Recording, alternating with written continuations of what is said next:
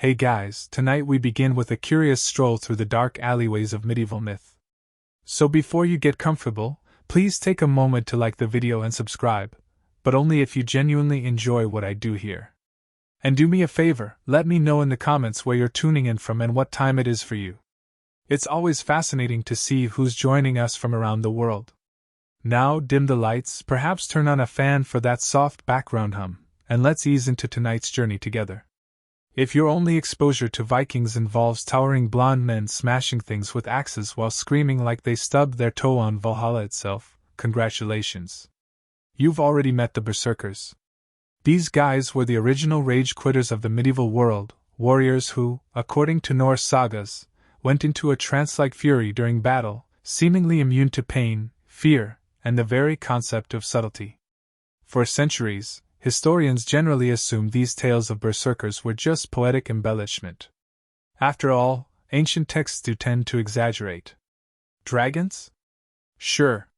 Magic swords? Obviously. Men turning into were-bears mid-fight? Probably metaphorical, right? Well, not quite. Recent scholarship and archaeological digs have actually started connecting some wild dots. First, let's talk fashion. Several Viking graves have revealed animal pelts, notably bear and wolf hides, buried alongside warriors. Coincidence? Maybe. Or perhaps they were just early adopters of cosplay, long before it was cool. But then things got even weirder. Enter the mushrooms, specifically Amanita muscaria, that iconic red and white spotted fungi you've seen in fairy tales and even Mario Kart.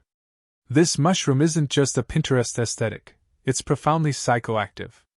And yes, it grows naturally in parts of Scandinavia. Consuming it doesn't just make you see colors. It can induce euphoria, disassociation, intense sweating, uncontrollable shaking, and the sudden, inexplicable urge to fight your neighbor's goat. Combine that with rhythmic chanting, fasting, and intense pre-battle rituals, and you've basically got a chemically enhanced human tornado wielding a battle axe.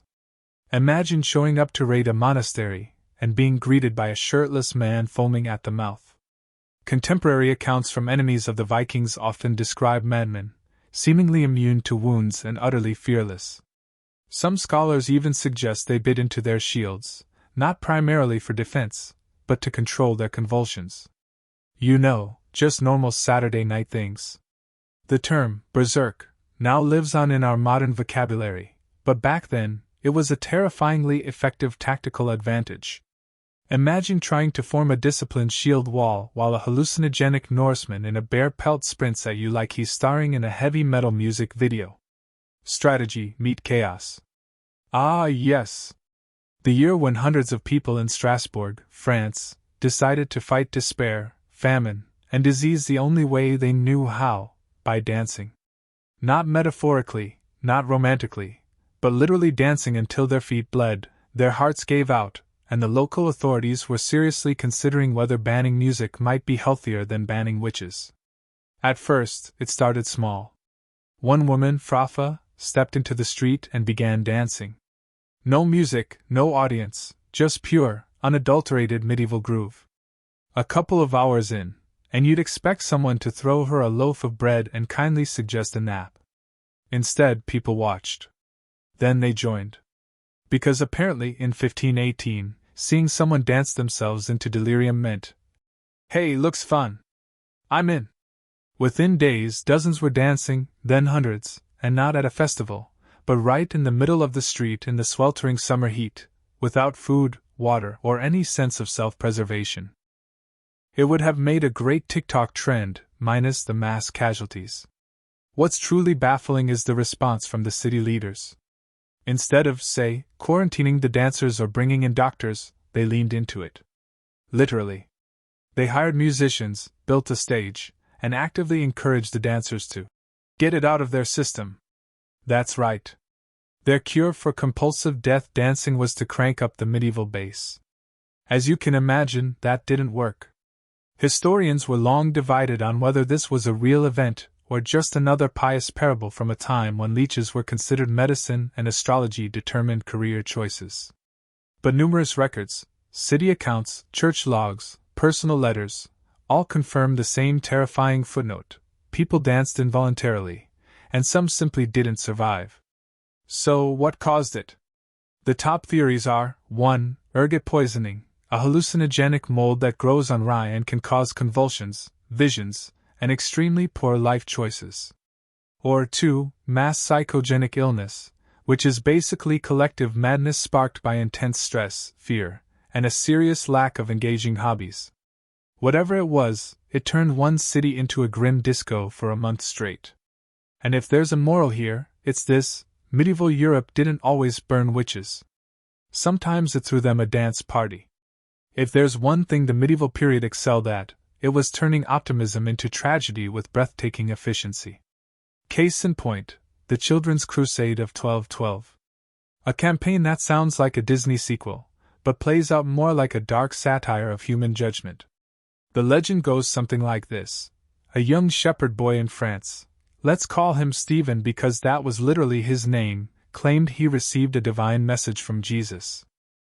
Not just any message, mind you, but one that instructed him to lead a peaceful army of children to the Holy Land, not with swords, but with innocence, which, as it turns out, is not a useful weapon against trained soldiers and unforgiving sea storms.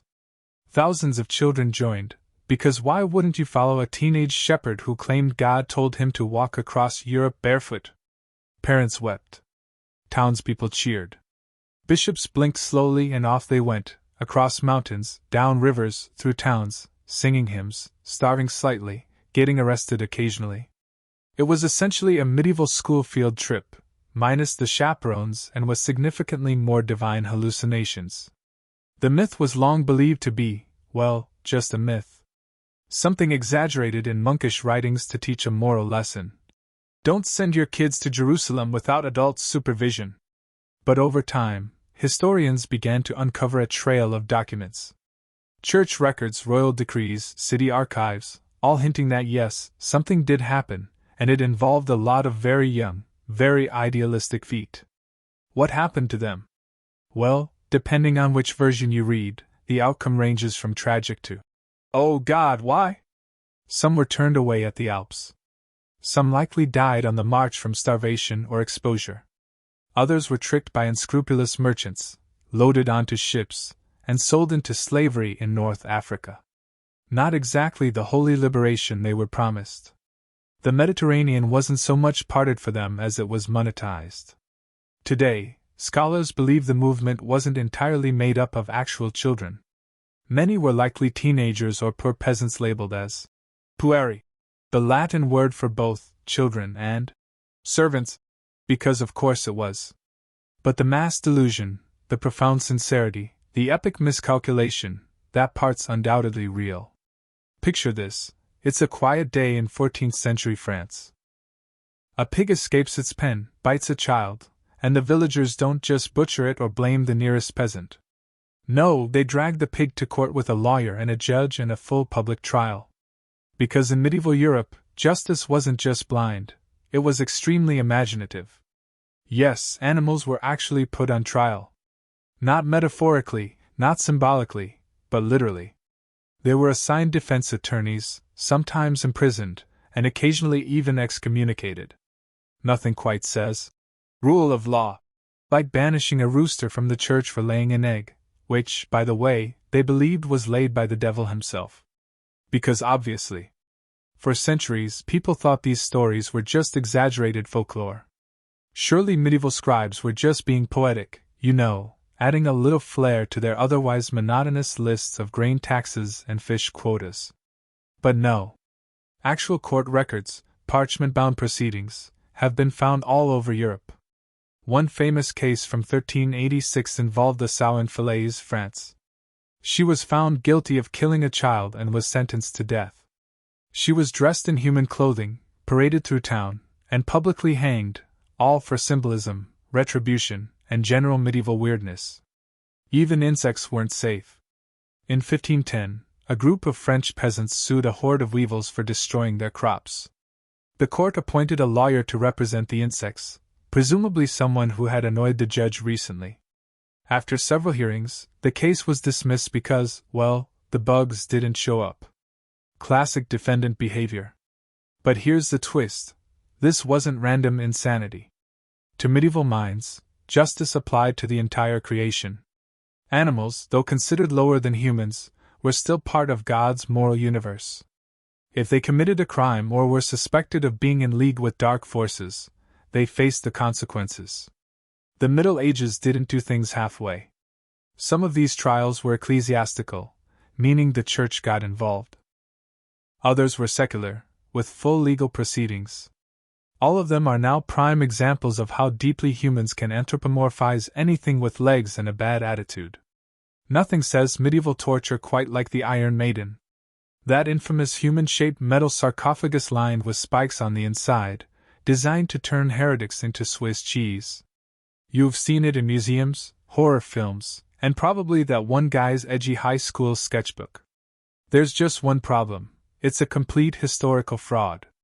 Yes, the Iron Maiden is one of the most iconic torture devices never actually used in the Middle Ages, and yet it's paraded around as if it were the go-to tool of every moody inquisitor with a flair for the theatrical. The truth is, medieval torturers were creative, disturbingly so. But this particular device was a 19th century invention, because apparently the Industrial Revolution wasn't horrifying enough on its own. So where did it come from? The first known Iron Maiden was cobbled together in the late 1700s or early 1800s in Germany, likely by someone who thought, "You know what? This museum needs a big, spiky lie." The idea was to create a compelling and horrifying display of what medieval justice might have looked like if everyone back then had watched too many slasher films. It was a hit. People loved the spectacle because nothing sells quite like a morbid mix of pseudo-history and bloodthirsty imagination. Even museums leaned into it. You can still find Iron Maidens proudly displayed behind glass with placards that quietly mention, "Actually, this is a Victorian-era replica of something we made up entirely." Of course, medieval people did use torture extensively, creatively, and with almost no HR department oversight.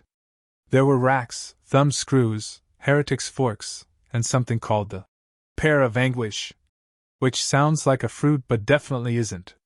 But the Iron Maiden? Not on the list. They were too busy being horrible in more practical ways. Why did the myth stick? Because it feels true. It fits the narrative of a brutal, superstitious age. It's also visually terrifying, a perfect icon for our collective nightmares about the past. And so, a fake torture box became a very real symbol of medieval cruelty. Let's clear up one of the most persistent myths about the Middle Ages. No, medieval Europeans did not think the earth was flat. They weren't that kind of clueless. They had other issues: plague, famine, surprise invasions by relatives with swords. But basic planetary geometry wasn't one of them. In fact, most educated people in the Middle Ages knew the earth was a sphere. Monks, scholars, and sailors understood it. Heck, even schoolbooks from the 1200s explained the earth's roundness, usually while subtly threatening children with eternal damnation if they didn't memorize Latin conjugations. The myth of a flat earth-believing Middle Ages was actually cooked up much later in the 19th century when historians wanted to make the Renaissance and Enlightenment look cooler by comparison. It's easier to feel superior when you imagine your ancestors navigating with maps that resembled pizza boxes. The real medieval cosmology came from thinkers like Isidore of Seville, Bede the Venerable, and Thomas Aquinas, people with very pointy handwriting and extremely strong opinions on theology, philosophy, and celestial spheres. They weren't always right, mind you, but they definitely weren't flat earthers. Many based their understanding on Aristotle and Ptolemy, who again, were all aboard the spherical Earth train. There were even practical reasons for knowing the Earth was round: ships disappearing over the horizon. Round Earth. The curved shadow on the moon during a lunar eclipse. Round Earth. The fact that people in Spain couldn't see the same stars as people in Egypt? Again, round Earth. Medieval logic may have been 30% divine revelation, 20% Latin mumbling, and 50% random guesswork, but they still got this one right. The confusion mainly comes from a few scattered quotes taken wildly out of context, and a whole lot of 19th century revisionism. Washington Irving, yes, the Sleepy Hollow guy, wrote a wildly popular fictionalized biography of Columbus that exaggerated how radical his round Earth voyage seemed. Spoiler alert, it wasn't. Imagine being accused of theft in a medieval village. No fingerprints, no camera footage, no. You won't believe what they did. Town crier drama. Just you, a priest, a crowd of nosy neighbors, and a cauldron of boiling water. Because in the Middle Ages, justice often meant trial by ordeal, a legal process that relied less on evidence and more on divine intervention and third-degree burns. There were several popular ordeals, all of them designed to make you question your life choices. The ordeal of hot iron required the accused to carry a red-hot bar of iron for a few paces. If your hand healed cleanly in a few days, God clearly liked you. If it didn't, well, sorry, sinner. The ordeal of boiling water was even more fun. You'd plunge your hand into a pot of boiling water to retrieve a stone. Again, healing nicely? Innocent. Healing like a pizza left under a heat lamp? Guilty. And then there was the ordeal of cold water, which sounds more pleasant, but definitely wasn't. The accused was tied up and thrown into a river. If they floated, they were guilty because water, being pure, would reject them. If they sank, well, innocent, but also dead. The system certainly had its flaws. Now, modern minds might assume this was just barbaric nonsense. And yes, a strong argument can be made for that. But oddly, trial by ordeal sometimes worked. Not because of miracles, but because of psychology. Many people who knew they were guilty refused to go through with it, confessed beforehand, or settled matters another way. And the priests? Oh, they often quietly rigged the results. Let the cauldron cool a bit. Use milder water. Judge the healing with some flexibility. They weren't sadists most of the time, just bureaucrats in robes. Eventually, trial by ordeal was banned by the church in 1215. Apparently, someone finally realized that burning people to prove their innocence might not be the pinnacle of divine wisdom. From then on, Europe slowly pivoted toward more rational legal systems, like justs, witch hunting, and accusing your neighbor of consorting with frogs. Ah, Robin Hood. The green-clad outlaw with the sharp arrows, even sharper cheekbones, and an unshakable moral compass. Stealing from the rich, giving to the poor, and somehow keeping his tunic wrinkle-free while living in a forest. Sounds great, doesn't it? Almost too great. That's because the Robin Hood we know, the dashing rebel hero who spouts one-liners while dodging arrows in slow motion, is about 90% literary invention and 10% actual medieval tax drama. But here's the fun part, someone like Robin Hood probably did exist, or rather, several. Someone's. Records from the 13th and 14th centuries mention men with suspiciously hoodish names, Robe Hod, Holbahad, and variations like robbers hoodoos, often listed as criminals or fugitives. And by criminals, we mean people who may have just skipped out on taxes, poached a deer, or looked at the local sheriff funny. None of them robbed banks or hosted socialist banquets under oak trees. But they were outlaws in the literal sense, cast outside the law, surviving on wit, bows, and a deep mistrust of authority. Over time, their stories merged into a composite legend, like a medieval version of fanfiction. If that fanfiction also involved lots of stabbing and plague. The earliest ballads about Robin Hood aren't exactly Disney-friendly either. In the 14th century versions, Robin is violent, short-tempered, and disturbingly fond of murdering monks. Maid Marian doesn't even make an appearance until much later. And Friar Tuck? He'd sooner throw you in a pond than listen to your sins. Still, the legend evolved.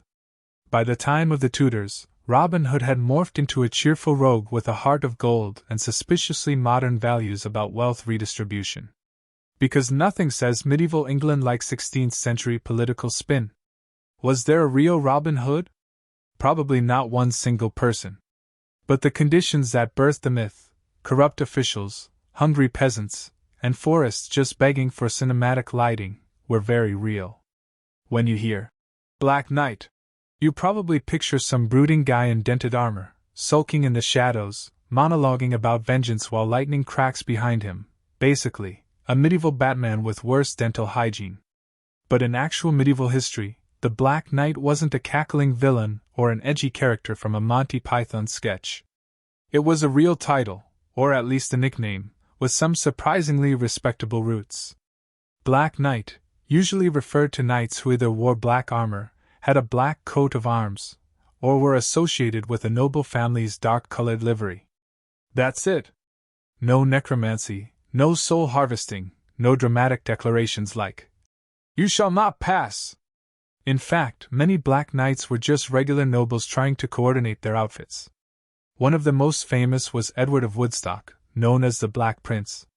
He was a 14th century English prince and military commander, beloved by some, feared by others, and not at all the kind of guy who'd sit around in a cursed tower. He likely earned the nickname posthumously, maybe due to his black armor, or perhaps because of his enthusiasm for burning French towns. Historians are still debating, mostly in polite academic jests. It wasn't until centuries later that the term, Black Knight, started accumulating villain points. Romantic literature, 19th century novels, and early Hollywood gave the term a glow up, or more accurately, a gloom down. Suddenly, the Black Knight became the brooding loner, lurking on the fringes of tournaments, morally ambiguous, and often shirtless for some reason. But back in the real Middle Ages, Black Knights were just part of the color-coded feudal fashion scene. They didn't swear dark oaths under blood moons. They just wanted their armor to match their family banners, and maybe look cool while doing it. Some medieval stories sound like they were written after a few too many pints of mead. Take, for example, the tale of a shining city built in the middle of a swamp by monks, a sort of holy Venice, but with more prayer and fewer gondolas.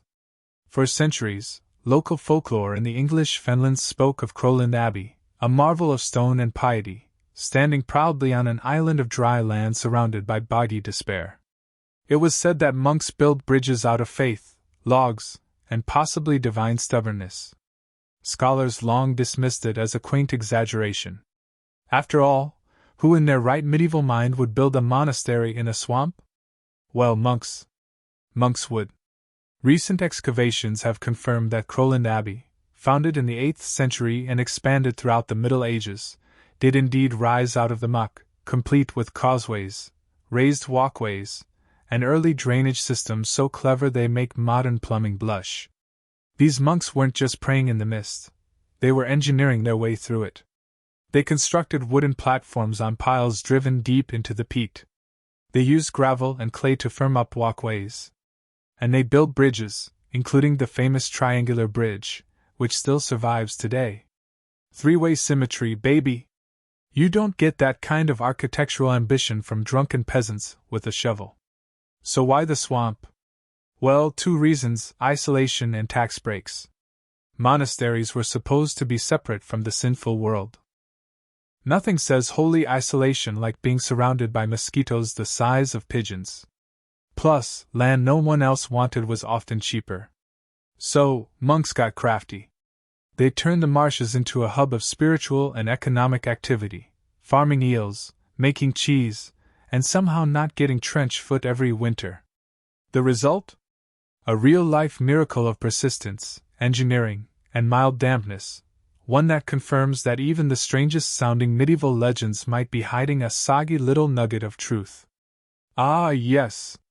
Pope Joan, the mysterious woman who supposedly fooled the entire Catholic Church, rose through the ecclesiastical ranks, became pope, and then dramatically gave birth in the middle of a papal procession. You know, your standard medieval Tuesday. For centuries, her story was whispered with scandalous glee and then furiously denied by church scribes with the energy of someone deleting their browser history. Many modern historians declared it medieval gossip, a cautionary tale cooked up by monks who really didn't want women near the altar. But here's the thing: recent reevaluations of medieval texts, art, and papal timelines have made some historians raise an eyebrow, and not in the sarcastic way. The earliest detailed versions of Joan's story appear in 13th century chronicles, but there are earlier hints. For example, The 11th century chronicle of Marianus Scotus lists an unnamed pope between Leo IV and Benedict III, a suspicious gap where Pope Joan supposedly reigned. Coincidence? Or just a medieval clerical error? Pun unavoidable. Then there's the odd tradition of the sedia sterceraria, a throne with a suspiciously hollowed-out seat used during papal enthronements. Some believe it was designed to check that the new pope had the appropriate holy plumbing. Historians often dismiss this as symbolic tradition, but really, if your throne has a built-in gender inspection feature, maybe you're protesting too much. Art complicates things further. Some medieval tarot decks and church murals feature a female pope figure. Was it Joan, or just the Middle Ages being weird again with symbolism? Hard to say. Medieval art wasn't exactly subtle. It's the same genre that put dragons next to saints and occasionally drew horses with human feet. So, what do we make of Joan? A real figure erased from history? A medieval urban legend? A proto-feminist fever dream? The answer may lie somewhere in between. While there's no definitive proof she ever existed, yet no official papal decree has ever been issued to debunk her story either. Instead, we find a curious parade of very anxious-looking church historians from the 14th century onward, who collectively seemed desperate to change the subject whenever she was mentioned. If she did indeed exist, she pulled off the greatest medieval disguise in history, culminating in what must have been the worst gender reveal party ever. The myth surrounding Friday the 13th goes something like this. The reason this particular day is considered unlucky has nothing to do with spilled salt or broken mirrors. It all traces back to the dramatic downfall of the Knights Templar. And unlike most scary campfire tales, this one actually possesses a formidable historical backbone, complete with swords, an immense fortune, and a very angry French king. Let's rewind to October 13, 1307, a Friday, naturally, when King Philip IV of France decided he was thoroughly fed up with being perpetually broke and quite envious of a secretive military religious order that commanded more land, more money, and frankly, better capes than he did. With the subtlety of a toddler gleefully flipping a board game, Philip orchestrated the mass arrest of the Knights Templar. Across France, hundreds were seized, subjected to brutal torture, and accused of various shocking crimes, ranging from spitting on the cross to worshipping a mysterious bearded head, which, if you've ever actually seen medieval relics, is honestly not all that weird. The Pope at the time, Clement V, initially tried to feign surprise but eventually caved under immense pressure. By pressure, we mean Philip breathing heavily down his neck with an entire army at his back. The Church officially disbanded the order in 1312, and the last Grand Master, Jacques de Molay, was burned at the stake in 1314. Before his fiery exit, he allegedly pronounced a curse upon both the king and the Pope. And guess what? They both died within a year. Coincidence, or a potent dose of medieval karma? So, yes, the chilling connection between Friday the 13th and the Templars undeniably has historical roots, though the full superstition didn't truly blossom until centuries later. But the sheer drama of it all? That's 100% certified medieval. The Templars were far more than just knights. They were powerful bankers, influential crusaders, vast landowners, and essentially walking public relations nightmares for any secular ruler trying to exert authority. Their downfall wasn't caused by heresy, it was caused by crippling debt. King Philip owed them a fortune, and nothing clears a financial tab quite like a few strategic executions and a well-orchestrated smear campaign. When you conjure an image of medieval surgery, chances are you picture a bearded man with questionable hygiene haphazardly sawing off limbs with a kitchen knife, all while screaming, "God wills it!" over a background chorus of patient agony and Gregorian chants. And honestly, that scenario probably did happen more than once. But here's the unexpected twist: not all medieval medicine was utter madness. Some of it actually worked. No, seriously. Recent comprehensive analysis of medical manuals from the 10th to 14th centuries and archaeological remains reveals that medieval surgeons weren't just complete sadists wielding hacksaws and a prayer. In fact, they were surprisingly competent at intricate wound care, trepanning, and even delicate cataract surgery, employing tools that looked like they were designed by a blacksmith on a budget. Consider trepanation, the practice of drilling a hole in your skull to relieve pressure, cure persistent headaches, or release those pesky demons. Because why trust Tylenol when you can effectively ventilate your brain? Archaeological evidence consistently shows that patients survived these procedures at remarkably decent rates, their skulls exhibiting clear signs of healing. So, it wasn't just a crude medieval lobotomy, but rather a last-ditch effort with a surprisingly decent follow-through. And then there's advanced wound care. Ancient texts like the Trocula and Chirurgia Magna contain herbal recipes that would make a modern herbalist weep with joy.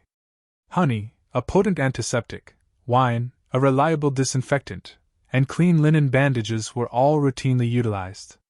Not quite penicillin, but honestly a vast improvement over the simplistic rub mud on it and hope approach often inaccurately credited to the era. Even dental work wasn't exclusively pliers and screaming. Some ingenious surgeons used fine gold wire to secure loose teeth. Granted, medieval toothpaste was mostly charcoal and regret, but hey, they certainly tried. Yes, there were leeches and archaic urine analysis. And yes, if you happened to have a suspicious mole, someone might indeed label it a sign of witchcraft and promptly light you on fire. But overall, if you managed to avoid the plague, major war injuries, and severe humor imbalances, you actually had a fighting chance with a halfway decent barber surgeon. Of course, this doesn't imply medieval hospitals were soothing wellness spas.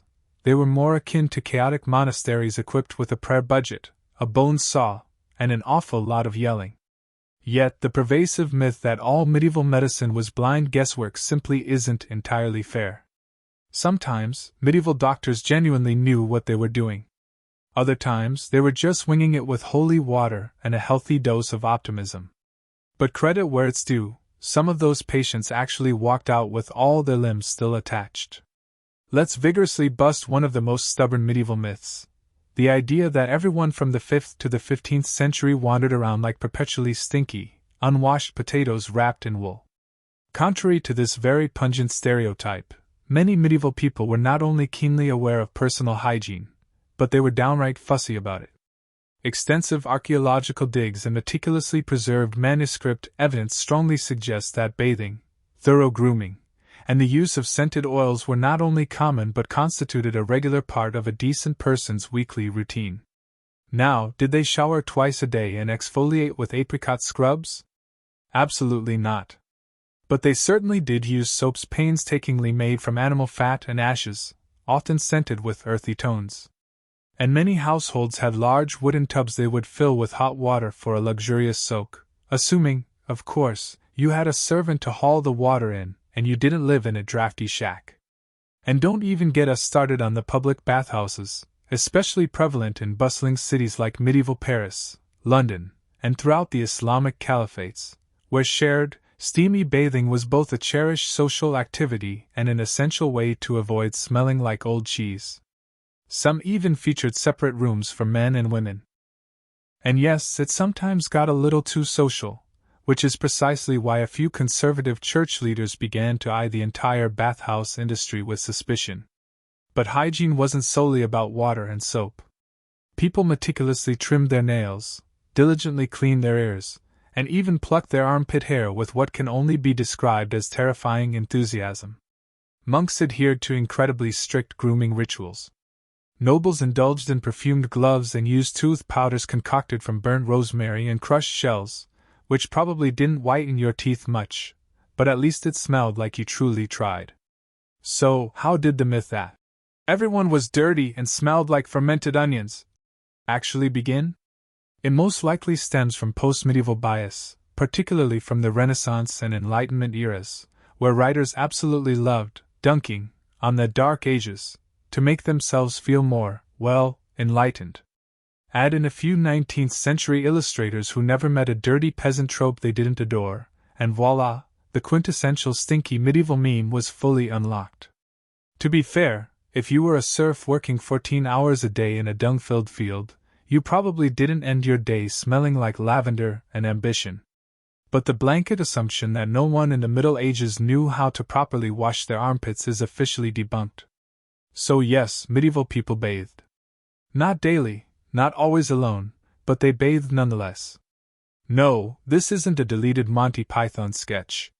In certain parts of medieval Europe, people accused of crimes were subjected to a bizarre legal procedure known as the trial by consecrated bread, or the ordeal of the morsel. For those of you with a particular flair for ominous baked goods, here's precisely how it worked. An accused person, typically a clergyman, would be brought before a jury of solemn, probably half-asleep monks. They would then be handed a small piece of holy bread, yes, blessed, God-approved bread, and instructed to chew and swallow it. Sounds simple enough, right? Like communion, but with much higher stakes. The alarming twist? If the accused choked, gagged, or simply looked generally nervous while attempting to eat the bread, boom. Guilty. Not just. You seem suspicious, but undeniably guilty. We're talking about direct divine intervention, with God Himself clearly thinking you're shady. Guilty. This method was predicated on the fervent belief that divine power would physically impede a liar from successfully swallowing the body of Christ. Apparently, celestial justice had a direct line to your esophagus. It was, in essence, a medieval lie detector test, but instead of wires and sweat glands, you got carbs and highly judgmental monks. And you thought modern job interviews were stressful. What's truly wild is that this wasn't some fringe behavior practiced by isolated cults. These judicial ordeals were officially sanctioned by church authorities for centuries, particularly widespread in Anglo-Saxon England. It was genuinely believed that divine intervention would infallibly reveal the truth where mortal justice might falter. And because nothing quite says fair trial, like handing a dry cracker to a terrified man and fervently hoping he doesn't have acid reflux. Eventually, even the church itself realized this procedure was getting a little bit silly. In the early 13th century, Pope Innocent III, who, by his name, sounds like he should have been innocent, but truly wasn't, finally banned clergy from participating in these ordeals altogether. That crucial decree essentially shut the whole bizarre operation down. No monks, no magic bread. But the undeniable fact that this ever happened at all. Totally real. It wasn't a metaphor. It wasn't satire. It was bureaucracy, quite literally baked. The initiation of a new Templar did not commence with fanfare or a public ceremony. It began in profound silence, in the earliest hours of the morning, when the world still lingered in deep darkness. A candidate, typically a young knight of noble birth, would quietly approach the formidable gates of a Templar precept, a fortress monastery that served as part barracks, part holy sanctuary. He arrived without any fanfare, no escort, and notably, no weapons. By ancient custom, he was expected to come humbly, leaving behind all the ostentatious trappings of his old life. His cherished sword, his family shield, his gleaming armor, and even the prestigious name of his family would mean little inside those austere walls. To join the order was to decisively sever ties with all earthly glory and worldly ambition. The gatekeeper admitted him into a courtyard still heavily shadowed by flickering torchlight. The air hung thick with a strange, palpable mix of anticipation and an underlying dread. Here, silence was strictly enforced. He was forbidden to utter a word until explicitly spoken to. Brothers of the temple then guided him into the chapel, the very heart of the solemn ritual. Unlike the grand, opulent cathedrals of Christendom, a Templar chapel was often stark and deliberately bare. Flickering oil lamps cast long, dancing shadows across the rough stone walls, while sacred relics, splinters believed to be from the true cross, revered bones of saints, and holy icons, were reverently arranged upon the altar. The entire setting was meticulously designed to impress upon the initiate that he was stepping into a realm where the sacred overwhelmingly outweighed the worldly. The assembled brothers stood in solemn ranks, their iconic white mantles emblazoned with the striking blood-red cross. The candidate stood alone before them, a solitary figure beneath their collective, watchful gaze. Every movement was deliberate, every moment meticulously choreographed to constantly remind him that he was no longer an independent individual, but a dedicated servant of a much larger, divine cause. Even the very air seemed heavy, filled with an unspoken, profound question: Was he truly ready to abandon absolutely everything? As the first faint dawn light began to creep through narrow slits in the chapel walls, gently illuminating the altar, the candidate was led forward. His arduous journey had begun not with the clash of battle, but with an act of profound surrender. Before him lay not an enemy to be vanquished, but an order that demanded absolute and unwavering devotion. He was not there to prove his strength with a sword, but to demonstrate profound humility before God and unquestioning obedience to the Master. This was the sacred threshold, representing the last breath of his old life and the very first step into the secretive, disciplined brotherhood of the Knights Templar. The candidate's first true trial was not of sword or shield, but a profound test of his own heart and inner resolve. After being solemnly brought into the chapel, he stood before the Master of the Temple, who presided over the ritual like both a stern judge and a paternal figure. Around them, the brothers formed a living wall of silence, their eyes fixed intently on the man about to renounce his past life forever. The intense questioning commenced with ritual formality. The Master would begin by asking the candidate whether he came of his own free will, without any coercion or deceit. This was far from mere rhetoric. The Templars demanded absolute certainty. A man who joined unwillingly could never be truly trusted, and one who sought the order for selfish gain was considered worse than useless. He was asked, "Do you desire to enter the company of the poor fellow soldiers of Christ and to serve God all the days of your life?" The questions then grew sharper, meticulously designed to pierce through any lingering pride and uncover hidden motives. Did he owe any debts? Was he married or bound by promises to women or powerful lords? Did he carry any existing obligations that would directly conflict with his new, sacred vows? Any hesitation in answering could immediately spell rejection. The Templars specifically sought men unencumbered by divided loyalties, for a divided man could not possibly fight with a pure heart and unwavering dedication. Then came the questions that rigorously tested his courage. The Master solemnly warned him that the life ahead would be anything but easy. You will know no ease, no personal wealth, no luxury. He would declare. You will be called to hunger, to immense hardship, and ultimately, to death in the devoted service of Christ. The candidate was starkly reminded that he would wear only a simple robe, eat plain food, and surrender any and all personal possessions. He would obey commands without hesitation, even unto death. This was emphatically not romantic knighthood. It was a form of discipline bordering on monastic severity. If the candidate faltered at this juncture, this was precisely the moment to turn back, and many did. The ritual thoughtfully allowed a man to walk away before making the final, binding oath, thus sparing both him and the order from later regret. But if he stood firm, the Master pressed him once more. Do you still wish to remain?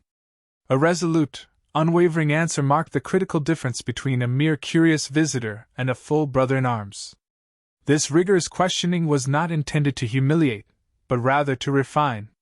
It meticulously stripped away illusions and forced the man to confront the immense weight of his choice.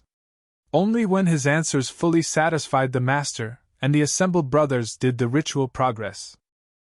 He was now on the very precipice of binding himself, not merely to an army, but to a holy cause that claimed his immortal soul as much as it claimed his formidable sword. Once the candidate had definitively proven his resolve through this intense questioning, the ritual deepened into its most sacred phase, the solemn taking of vows. Unlike secular knighthood, which traditionally emphasized honor, personal wealth, and esteemed lineage, the Knights Templar demanded precisely the opposite. The initiate was required to renounce not only earthly pleasures but also his very sense of independence and self-will. The first vow was poverty. Standing reverently before the relics of the saints and the sacred cross, he declared that he would personally own absolutely nothing. Any wealth, land, or inheritance he possessed would be irrevocably surrendered to the order. From that moment forward, his humble bed, his cloak, his sword, even the very bread he ate, all belonged not to him, but to Christ, channeled through the temple. Poverty for the Templars was not merely symbolic, it was total and absolute. A Templar knight might have once commanded dozens of servants, but now he would sleep on straw and share meager rations with his brothers. The second vow was chastity. Here, the candidates swore to renounce women, marriage, and the comforting embrace of family life. For many knights, this was arguably the hardest oath. To forsake heirs meant to deliberately cut off a dynastic legacy, a sacred duty that noble families prized above all else. Yet the Templars demanded it without a flicker of hesitation. The initiate swore to love no woman in a carnal sense, dedicating all his passion and devotion instead to Christ and the Blessed Virgin Mary. This particular vow was one of the reasons the order's rituals later fueled such intense suspicion among outsiders. In a medieval society where marriage often defined one's role and status, men who deliberately cut themselves off from women were frequently seen as unnatural, perhaps even dangerously subversive. The third vow was obedience. If poverty demanded the surrender of possessions, and chastity demanded the surrender of desire, then obedience demanded the complete surrender of will. The candidates swore to follow the commands of the master and his superiors instantly and without question, whether on the chaotic battlefield or within the quiet cloister. This vow bound the knight as tightly as chains. His life was no longer truly his own. If commanded to ride into certain death, he would unflinchingly go. If commanded to wait in silence for years, guarding a remote outpost in the desert, he would stoically endure. Taken together, these three profound vows stripped a man of the three things most prized in medieval knighthood: wealth, family, and independence. But in their place, the order offered something arguably far greater, belonging to an elite brotherhood that claimed to serve not an earthly lord, but God himself. It was in this total surrender that the candidate ceased to be a mere warrior and was truly reborn as a Templar. With the solemn vows now spoken, the ritual deepened into a powerful physical act of devotion, the kissing of holy relics. This was no mere casual gesture of piety. It was the sacred, binding seal of the candidate's profound oaths, made before the very presence of God. Before him, the altar had been meticulously prepared with the most sacred treasures the order possessed, perhaps a venerated fragment of the true cross, the revered bones of saints, or a precious gospel manuscript. These relics were believed to embody divine power, and to touch or kiss them was to explicitly invite God himself to bear witness to the sacred promise being made. The candidate, now kneeling in profound humility, was guided forward by two senior brothers. He lowered his head in ultimate submission, not to the master or his brethren, but directly to the sacred objects that represented heaven's unquestionable authority. The first kiss was often upon the cross, a deeply symbolic union with Christ's suffering. This act was intended to powerfully remind him that the knight's life would be one of continuous sacrifice, immense hardship, and dedicated service, mirroring the ultimate sacrifice on Calvary. Next came the relics of saints, men and women who had lived holy lives of extraordinary endurance and unwavering faith. By pressing his lips to their hallowed remains, the initiate profoundly aligned himself with their enduring legacy. It was a poignant moment of transference, where the living pledged to carry the sacred torch of the dead. To refuse the kiss would have been utterly unthinkable, but the act was far more than simply symbolic. In the medieval imagination, to kiss a relic was to form an inviolable covenant. Breaking that covenant would jeopardize one's immortal soul for all eternity. The ritual was heavy with pervasive silence. The gathered brothers stood motionless, their white mantles unmoving, while the soft, reverent sound of lips against relics echoed gently in the hushed chapel. The candidate knew, with absolute certainty, that every kiss was not just a kiss of faith, but a kiss of unyielding binding. From that moment forward, betrayal would not only shame him before men, but utterly condemn him before God. This profound act of veneration also, ironically, added fuel to later myths. Outsiders whispered that the Templars kissed relics in secret, forbidden rites, or, worse, that they kissed objects of outright blasphemy. Such dark rumors, spreading like wildfire in later centuries, would tragically haunt the order. But in truth, this deeply solemn moment was profoundly orthodox, a sacred sealing of vows that mirrored practices found across the breadth of medieval Christendom. When the final relic was kissed, the initiate was no longer simply a candidate. He was bound by lips and oaths, tied to an unbreakable chain of faith that stretched back through saints and apostles, all the way to Christ himself. The vows and the kissing of relics had spiritually bound the candidate, but the order further demanded a visible, unequivocal display of humility before he could be fully welcomed. This crucial moment arrived when he knelt before the master of the temple, a powerful gesture that definitively transformed him from a knight of the world into a devoted servant of Christ's militia. In medieval society, kneeling was a universal symbol of fealty, a customary way of demonstrating submission to a lord. But in the Templar rite, the meaning resonated even deeper. The candidate knelt not merely to a man, but to the rigorous discipline and divine mission inherently embodied by the master. The ritual itself was deceptively simple, yet heavy with profound meaning. The candidate sank onto both knees, head bowed in reverence, his hands pressed together as if in earnest prayer. This precise posture was no accident. It mirrored the way a vassal pledged loyalty to a feudal lord, yet it was starkly stripped of the worldly rewards that typically accompanied such service. Here, there would be no lands, no castles, no material riches promised in return. Instead, the knight was binding himself to poverty, chastity, obedience, and the perpetual hardships of holy war. The master gently placed his hands over the candidates, symbolically sealing the act with his vested authority. Then came the formidable words of command, a stark reminder that from this moment forward, the initiate must obey without hesitation. Whether the order was to ride courageously into battle, to vigilantly guard a lonely fortress in the scorching desert, or to spend years in prayer and fasting, his duty was absolute and non-negotiable. Obedience was not a matter of negotiation, it was total. Yet, paradoxically, there was also a profound comfort in this kneeling. For all its severity, the order was, at its heart, a brotherhood. The candidate was no longer an isolated warrior but an integral part of an unbreakable chain of loyalty and protection. By kneeling, he signaled his willing readiness to be shaped, disciplined, and defended by his brothers, just as he was now bound to serve them. Observers outside the chapel might have seen only a knight kneeling before another man, but within the sacred confines of the order, this act carried a powerful mystical dimension. To kneel was to profoundly die to the self, to cast aside all pride, and to be reborn in service to God's divine will. It was the transformative act that shattered the knight's worldly identity and unequivocally remade him into a true Templar. When the master gently raised him up, he was no longer a mere supplicant. He was now a brother, forever marked by humility, yet bound to carry himself with the unshakable strength of one who served not earthly kings, but the eternal kingdom of heaven. After kneeling before the master, the initiate's journey was not yet fully complete. The ritual progressed to its communal stage, his formal acceptance among the brethren. If the solemn vows had tied him spiritually to God, and the act of kneeling had bound him to unwavering obedience, this next crucial step wove him seamlessly into the living fabric of the order itself.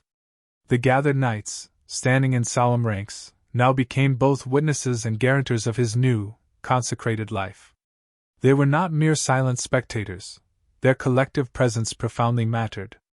In the dim, flickering light of the chapel, their distinctive white mantles, emblazoned with the striking crimson cross, created a powerful and awe-inspiring image, vividly reminding the candidate of the purity demanded of him and the potential blood he might one day bravely spill. Each and every brother present had endured the same rigorous questioning, sworn the identical sacred vows, and bent the same humble knee. To be admitted into their company was not simply to join an army, it was to become an integral part of a profound spiritual family. At this critical juncture, the master would turn to the assembled knights and ask if any brother had any valid reason to oppose the new initiate. It was a deeply dramatic moment, filled with palpable tension. If someone knew of a hidden sin, an unresolved oath, or a dishonorable act from the candidate's past, he was morally bound to speak out. Silence, in this context, signified agreement. It meant that the man was wholeheartedly accepted as pure and worthy enough for the temple. The weight of collective approval was immense and absolute. Acceptance was not solely by the master but by the entire, unified brotherhood. Once no objection was raised, the master solemnly declared the candidate a Templar. At this momentous pronouncement, the atmosphere within the chapel shifted palpably. The brothers, who until then had maintained rigid, distant postures, now warmly welcomed him with a genuine gesture of fraternity.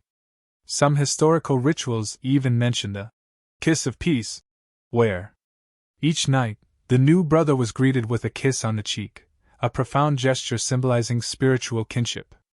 Other accounts speak of a symbolic embrace, a physical welcoming that brought the initiate fully into the fold of the order. This specific moment of acceptance was imbued with enormous significance and emotional weight. The newly accepted knight was no longer an isolated figure, no longer a solitary warrior whose only companion was his sword. He had now gained hundreds of brothers, a formidable fellowship who would stand by him to fight, pray, eat, and even face death together.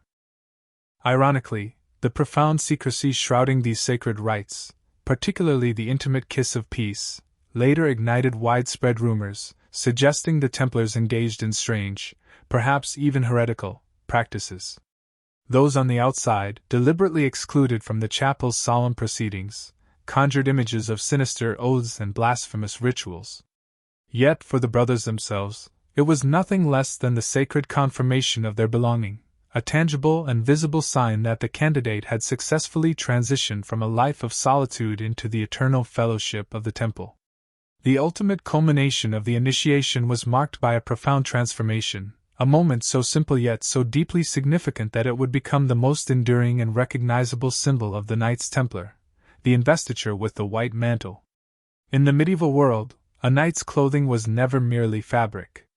It served as a powerful declaration of his rank, his wealth, and his allegiance. To be stripped of one garment only to be given another was a deeply symbolic act, representing the shedding of an old identity and the definitive assumption of a completely new one. The candidate, still kneeling in reverence, was brought before the altar once more. A senior brother stepped forward, holding the mantle, a plain white cloak emblazoned with the striking crimson cross. Its austere simplicity stood in stark contrast to the rich tunics and vibrant heraldry that most knights proudly displayed. While other warriors adorned themselves with elaborate family crests and intricate gold embroidery, the Templar mantle boldly declared humility, purity, and an absolute, unwavering devotion. The distinctive red cross, meticulously stitched over the heart, was far more than mere decoration. It was a potent reminder that blood might well be demanded, and sacrifice was an inevitable part of their calling. As the garment was gently placed upon the initiate's shoulders, the master spoke, elucidating its profound meaning. He explained that the stark whiteness symbolized chastity and spiritual cleanliness, while the cross itself represented both a heavy burden and a divine blessing. To wear this mantle was to publicly proclaim before all men that the wearer had truly renounced the worldly life. Wherever he journeyed, whether from the bustling streets of Paris to the holy city of Jerusalem, along dusty roads or within opulent royal courts, his iconic cloak unmistakably announced him as a Templar, irrevocably bound by vows that set him apart from all others. This solemn investiture was frequently accompanied by grave warnings. The master would sternly remind the new knight that should he ever betray his sacred vows, the mantle, now a blessing, would transform into an eternal curse. To disgrace the cross was to invite not only earthly shame, but also eternal damnation. This garment, once bestowed, was far more than mere clothing. It was a profound sign of spiritual marriage to the order, and it could never be worn lightly. A profound hush would fall over the chapel as the initiate rose, now resplendent, cloaked in the stark white and crimson red. For the very first time, he stood visibly, undeniably, as a Templar knight. The assembled brethren, witnessing this transformation, no longer saw a mere candidate, but a brother clad in the very same colors that they themselves proudly bore. The moment was heavy with a potent mix of both pride and dread. Pride because the new knight had been accepted into one of the most powerful and revered orders in Christendom. Dread because from this day forward, every step, every battle, every prayer, and indeed, every breath he took would be lived under the inescapable shadow of that crimson cross. The mantle, in its essence, was glory and burden inextricably entwined. No Templar initiation was truly complete without a shared meal, not a lavish feast, but a simple communal table where the new knight took his rightful place among his brothers for the very first time. In medieval society, The act of eating together transcended mere sustenance. It was a powerful declaration of kinship and belonging. For the Templars, whose lives were rigorously ruled by discipline and asceticism, this shared meal carried an even more profound symbolic weight. The banquet itself was modest, starkly reflecting the Templars' solemn vow of poverty. There were no gleaming golden goblets, no extravagant dishes dripping with exotic spices, no musicians offering entertainment. Instead, the knights sat shoulder to shoulder at long, unadorned wooden tables, partaking of plain fare, bread, broth, beans, and perhaps roasted meat if it was available. Each portion was carefully measured, and any form of indulgence was strictly forbidden. The solemn silence of the earlier ceremony gave way to murmured prayers and quiet, subdued conversation, punctuated by the steady, rhythmic sound of spoons against bowls. For the new initiate, this was his very first test of belonging. He was no longer an outsider standing before the order, but a true brother seated at their table. By eating the same simple food, drinking the same watered wine, and adhering to the same strict rules, he stepped fully and completely into the disciplined rhythm of Templar life. At this table, there were no noblemen or peasants, no sons of powerful lords or humble commoners. There were only brothers, bound together by sacred vows. This radical equality at the communal table was considered one of the order's greatest strengths. The master or senior officers often seized this moment to gently remind the initiate of the precise rules that governed their meals. Conversation was strictly limited and focused, frequently revolving around scripture, matters of discipline, or practical concerns of the ongoing campaign. Excess of any kind was forbidden. Even a seemingly minor gesture of greed, like reaching too quickly for food, could result in a reprimand. The meal itself, therefore, was a direct continuation of their vows, with simplicity, obedience, and humility playing out in the very act of eating. Beyond its physical aspects, this banquet also possessed a profound spiritual layer. To break bread together was to echo the Last Supper, symbolizing the sacred fellowship of Christ and his disciples. Just as the knights had sworn their solemn oaths before holy relics, now they reaffirmed their unity and brotherhood through shared sustenance. The initiate, as he tasted the plain bread and watered wine, understood implicitly that he was bound to these men not merely in the chaos of battle, but in the intimate tapestry of daily life, in hunger, and in communal prayer. By the time the modest meal concluded, the new knight had fully crossed the threshold of his old life. He had been questioned, rigorously tested, bound by unbreakable oaths, and now nourished by the very same food as his brothers. What remained was the final, climactic blessing, the ultimate sealing of his place within the spiritual army of the temple. The final stage of the initiation was at once both solemn and profoundly uplifting, the concluding blessing that irrevocably sealed the knight into eternal brotherhood. Everything that had transpired before, the questioning, the sacred vows, the kneeling in supplication, the veneration of relics, the donning of the mantle, and the shared meal, all led inexorably to this culminating act. Now, before the watchful eyes of God and his assembled brethren, the initiate was consecrated as a full-fledged Templar. The chapel once again fell into a reverent stillness. The master stood before the new knight, raising his hands in a gesture of blessing. Words of powerful prayer were solemnly spoken, invoking Christ, the Virgin Mary, and the saints as divine witnesses to the sacred vows just taken. This blessing was not merely symbolic, it was absolutely binding. The initiate was believed to be spiritually marked, forever set apart from the rest of Christendom.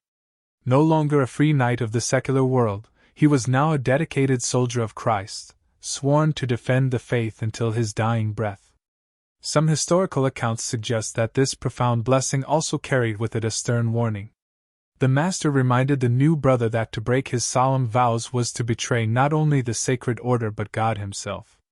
Damnation, encompassing both earthly disgrace and eternal punishment, awaited those who faltered in their commitment. It was a sobering reminder that this brotherhood was not something to be entered into lightly.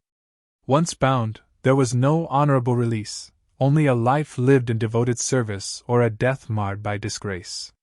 Following the blessing, the brethren collectively recited prayers, surrounding the new knight in a powerful chorus of Latin chants. The effect was utterly overwhelming.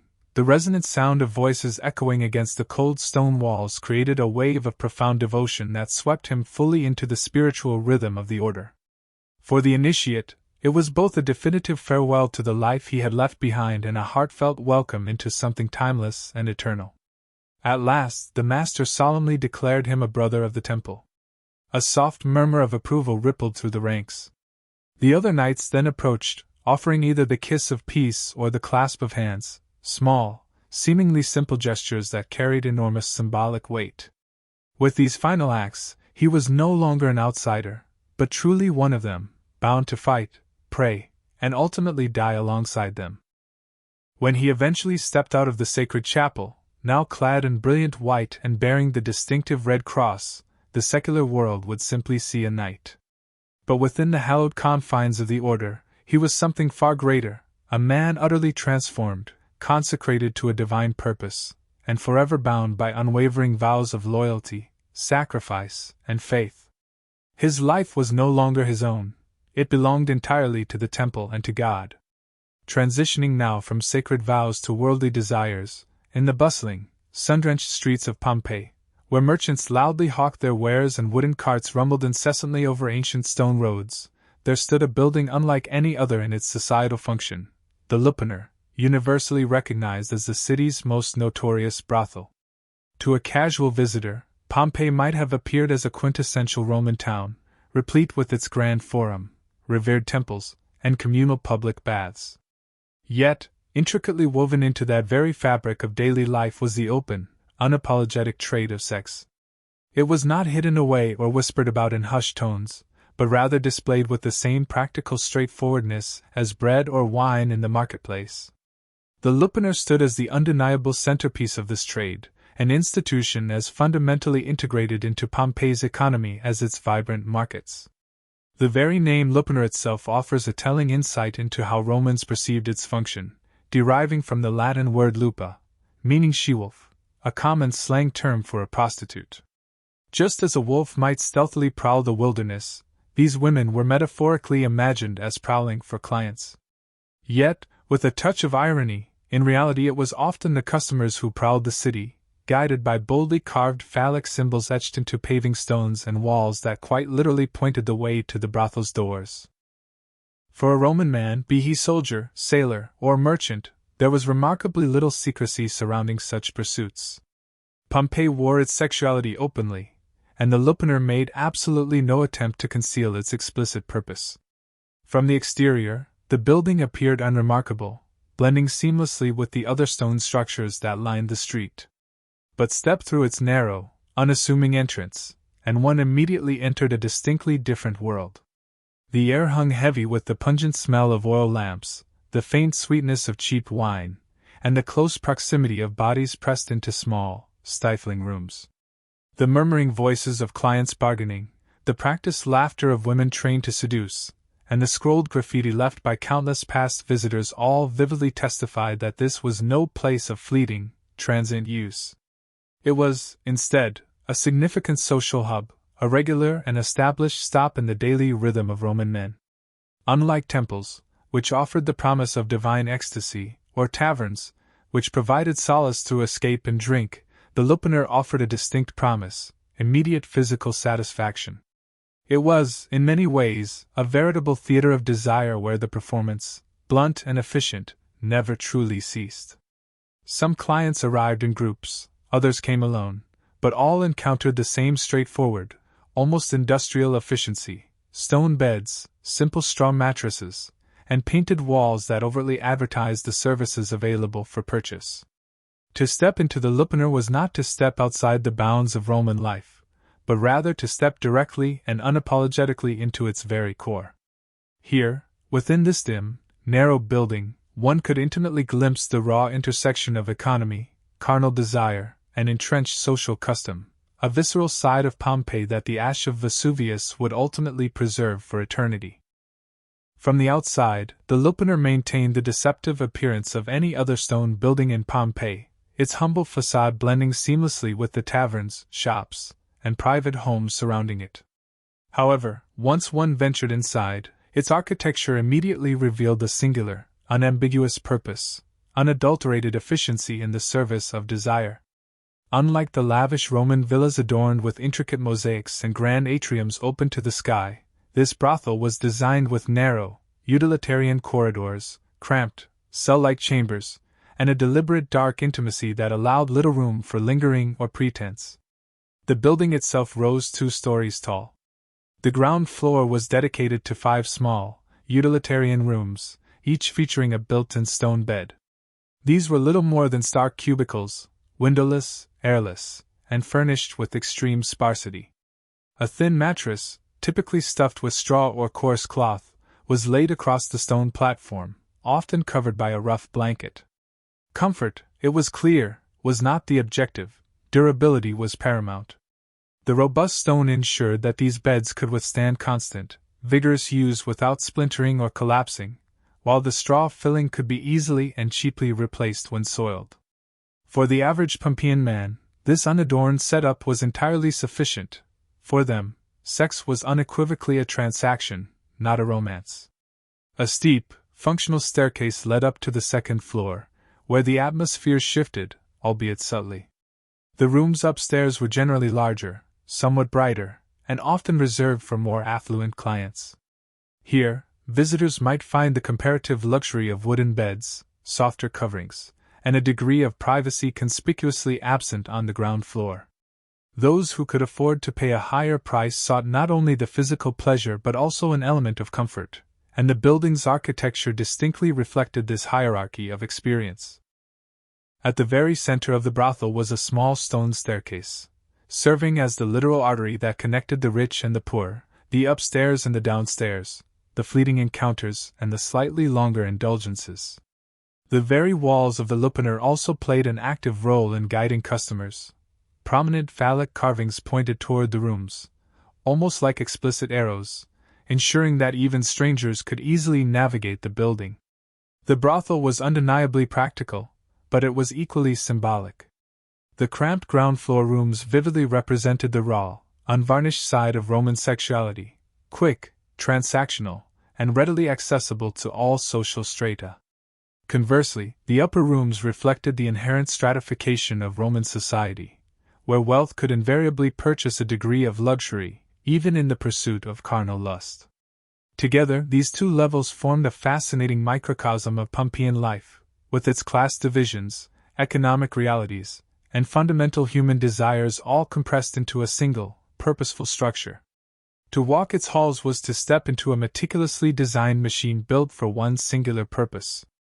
Every corner of the lupanar, from the hollow echo of footsteps on stone floors to the flickering glow of oil lamps against its frescoed walls, served to remind the visitor that this was not a home or a temple, but unapologetically, a marketplace of flesh. Perhaps the most striking and enduring feature of the lupanar, the one that has captivated historians and tourists for centuries, are the remarkably explicit erotic frescoes painted directly above the doorways of its small, functional rooms.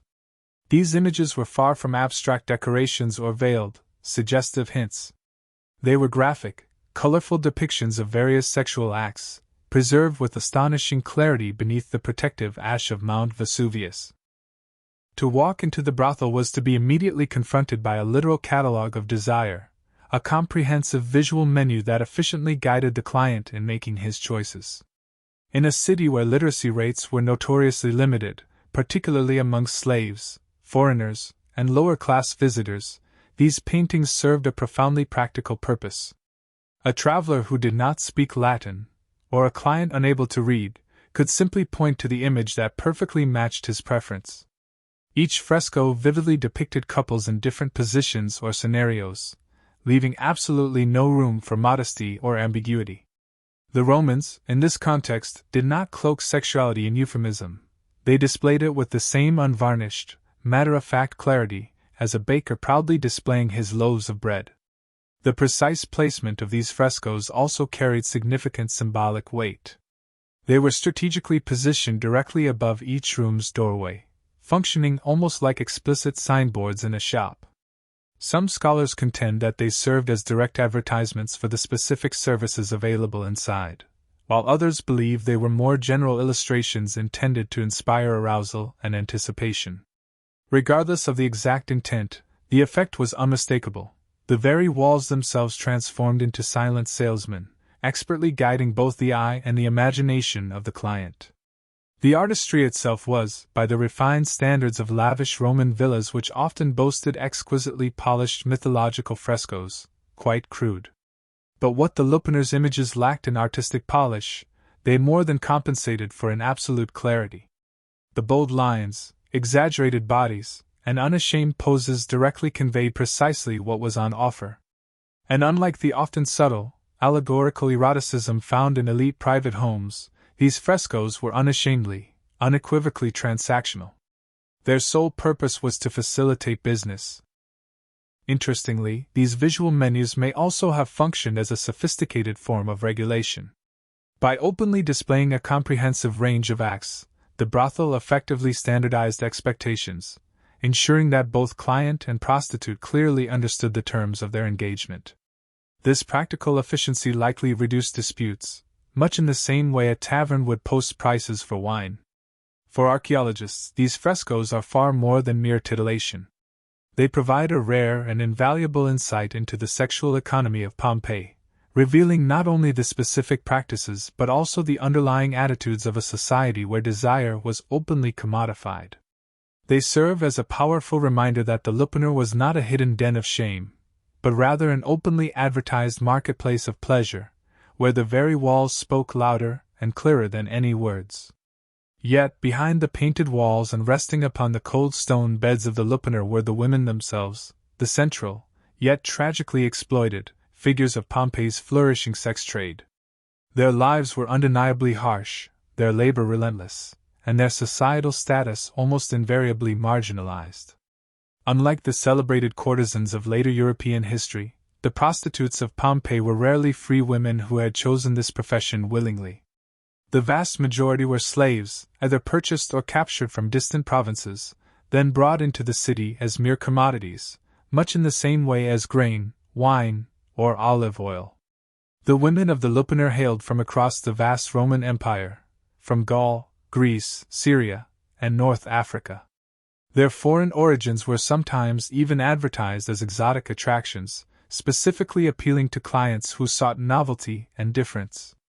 These women frequently had their personal identities brutally stripped away, instead being given simple Romanized names such as Fortunata, the Lucky One, or Prima, the First. Such names served to reduce them to mere functions, catalogued and commodified like anonymous items in a market stall. Their daily existence was unequivocally grueling. From early morning until late at night, they toiled in tiny, often airless rooms, frequently servicing multiple clients in rapid succession. Payment was collected swiftly, typically a single coin, sometimes the equivalent of merely a loaf of bread. The women themselves kept almost nothing, all earnings were claimed by the brothel's owner. Even their own bodies were not truly their own, subject entirely to the arbitrary demands of strangers and the strict rules of the establishment. Yet, remarkably, even within this bleak and oppressive reality, faint traces of their individuality still survive. Graffiti scratched onto the very walls of the Lupaner preserve poignant snippets of the women's voices, their boasts, their names, and even playful remarks left for future clients to read. Some of these inscriptions reveal a certain pride in their skill, while others betray a profound bitterness at their exploitation. These fragments serve as a powerful reminder that the women were not merely faceless commodities, but complex human beings imbued with wit, frustration, and undeniable resilience. The stigma these women bore was immense and crushing. Roman society tolerated prostitution as a necessary evil but certainly did not honor it. Prostitutes were legally classified as infames, a derogatory status that stripped them of many fundamental rights. They were forbidden from marrying respectable citizens, inheriting property, or participating fully in civic life. The brothel, while providing them with a grim visibility, certainly did not afford them dignity. Still, these women were undeniably essential to Pompeii's economy and social fabric, providing a service openly demanded by men of all classes, from the humblest slaves to the most powerful senators. And though their individual names have largely been lost to the annals of history, the enduring ash of Vesuvius has preserved the indelible traces of their relentless labor, their fleeting voices, and their silent endurance within the narrow chambers of the lupanar. If the women of the lupanar served as its enduring labor force, then the clients were unquestionably its very lifeblood. To truly comprehend Pompeii's most infamous brothel, one must first understand the diverse array of men who regularly filled its rooms. Contrary to the common assumption that prostitution was solely the indulgence of the poor or the desperate, the lupanar's clientele spanned virtually all ranks of Roman society. From slaves clutching a single coin in hand to prosperous merchants fresh from trading voyages, from soldiers stationed nearby to local elites seeking a discreet anonymity, all passed through its narrow, inviting doorway. The sheer affordability of the services made the brothel accessible to nearly everyone. A visit could cost as little as a single as, roughly equivalent to the price of a loaf of bread, meaning that even the lowest laborer could purchase a fleeting moment of pleasure. For wealthier patrons, the upstairs rooms provided additional comfort, perhaps a softer bed, and the comforting illusion of exclusivity. Yet, despite these superficial differences, the fundamental act itself remained the same, quick, transactional, and utterly stripped of any pretense of romance. Graffiti boldly scrolled across the walls reveals not only the palpable presence of countless clients but also offers tantalizing glimpses into their personalities. Some proudly recorded their visits, inscribing remarks like, "I had a great time here with Fortunata." Others left crude boasts of their virility, effectively transforming the brothel's walls into a raw ledger of masculine ego. A few inscriptions even read like ancient customer reviews, praising or sometimes mocking the women by name. These casual yet remarkably permanent writings paint a vivid and undeniable picture of just how normalized brothel visits were in daily Pompeian life. For Roman men, there was remarkably little social stigma attached to visiting a prostitute.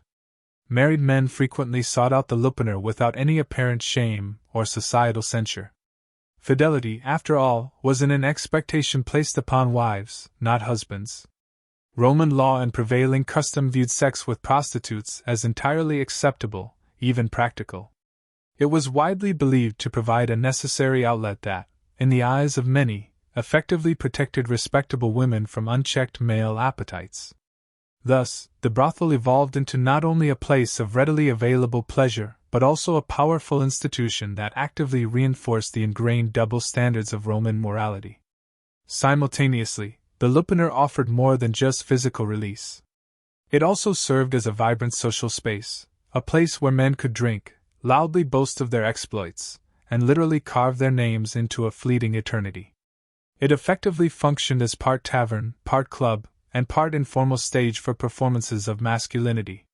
In a world where status and reputation profoundly defined identity, leaving one's mark on the walls of the brothel was, for some men, deemed as significant as leaving a mark on a battlefield. The clients of the lupanar were by no means a hidden subculture. They were, in essence, Pompeii itself, the traders, the soldiers, and the citizens who contributed to the city's prosperity and vibrancy. Crucially, they saw absolutely no contradiction between their civic duties and their nightly indulgences. If the vibrant frescoes of the lupanar served as the official advertisements, then the graffiti, meticulously carved and scratched into its enduring walls, represented the unofficial commentary, a powerful chorus of voices echoing through time. Few ancient buildings offer such an intimate, unfiltered glimpse into daily life as this particular brothel, where the very walls became an expansive canvas for expressions of humor, pride, raw lust, and palpable frustration. Countless visitors left behind crude, unvarnished boasts of their conquests. One particularly blunt inscription reads, "I screwed many girls here." Another, more specific, even names the prostitute, stating, "I had a good time with Fortunata for 1 coin." These compelling graffiti blur the line between casual bragging and surprisingly early forms of customer reviews, providing us with a rare and unfiltered sense of how Roman men spoke of their most intimate experiences with raw honesty. Some comments even went so far as to praise or criticize the women's skills, effectively making the lupanar's walls one of the earliest known forms of a public rating system. But not all graffiti originated from clients. Some of the women themselves inscribed their names or brief, poignant statements, thereby reclaiming a fragment of their voice in a place where their lives were otherwise meticulously controlled. These scribbles often reveal unexpected pride, sharp wit, or quiet defiance. One woman, for instance, etched her name beside a heart, a moving reminder that even under the harshest and most dehumanizing conditions, individuality could not be entirely erased. For archaeologists, these markings are invaluable, transforming otherwise faceless workers into palpable, real human beings who laughed, loved, and silently endured. Other examples of graffiti revealed the surprisingly diverse social mix within the brothel. Soldiers often scrolled crude drawings of shields or prominent phallic symbols. Merchants meticulously recorded names, and travelers sometimes carved jokes in foreign scripts. The brothel thus became not merely a site of sex, but a vibrant cultural meeting point, a true melting pot of languages and social classes, all united by a common appetite. Interestingly, some inscriptions even veered into the philosophical. One particularly striking example reads, "Weep you girls? My penis has given you up. Now it pursues men's behinds." Crude humor, perhaps, but also a playful and public declaration of identity in a society that famously tolerated a wide range of sexual expression. These very walls captured it all: boisterous bragging, sharp mockery, clever wit, and even fleeting glimpses of vulnerability. The Lupiner's graffiti are far more than vulgar doodles. They constitute a living archive of Pompeii's diverse humanity, preserving the unexpected voices of men and women who never anticipated being remembered. Unlike the polished frescoes intended to subtly seduce the eye, the graffiti spoke the raw, unadorned language of the street. Today, they powerfully remind us that ancient people were not idealized statues or distant myths, but flesh and blood humans who literally left their indelible marks for history to discover. The Lupiner was not simply a house of pleasure, it was a thriving business, tightly woven into Pompeii's bustling urban economy. In a city teeming with merchants, sailors, and travelers, the brothel operated with the same pragmatic efficiency as a bakery or any other essential enterprise. Tavern. Its success hinged on its accessibility, affordability, and a steady stream of patrons. Much like any other efficiently managed enterprise, it adeptly served both the common populace and the privileged elite. Astonishingly, prices were remarkably low. Historical inscriptions indicate that a visit could cost as little as the price of a single loaf of bread. For just one coin, a soldier or a laborer could secure a few moments of solace in one of the cramped ground floor cubicles.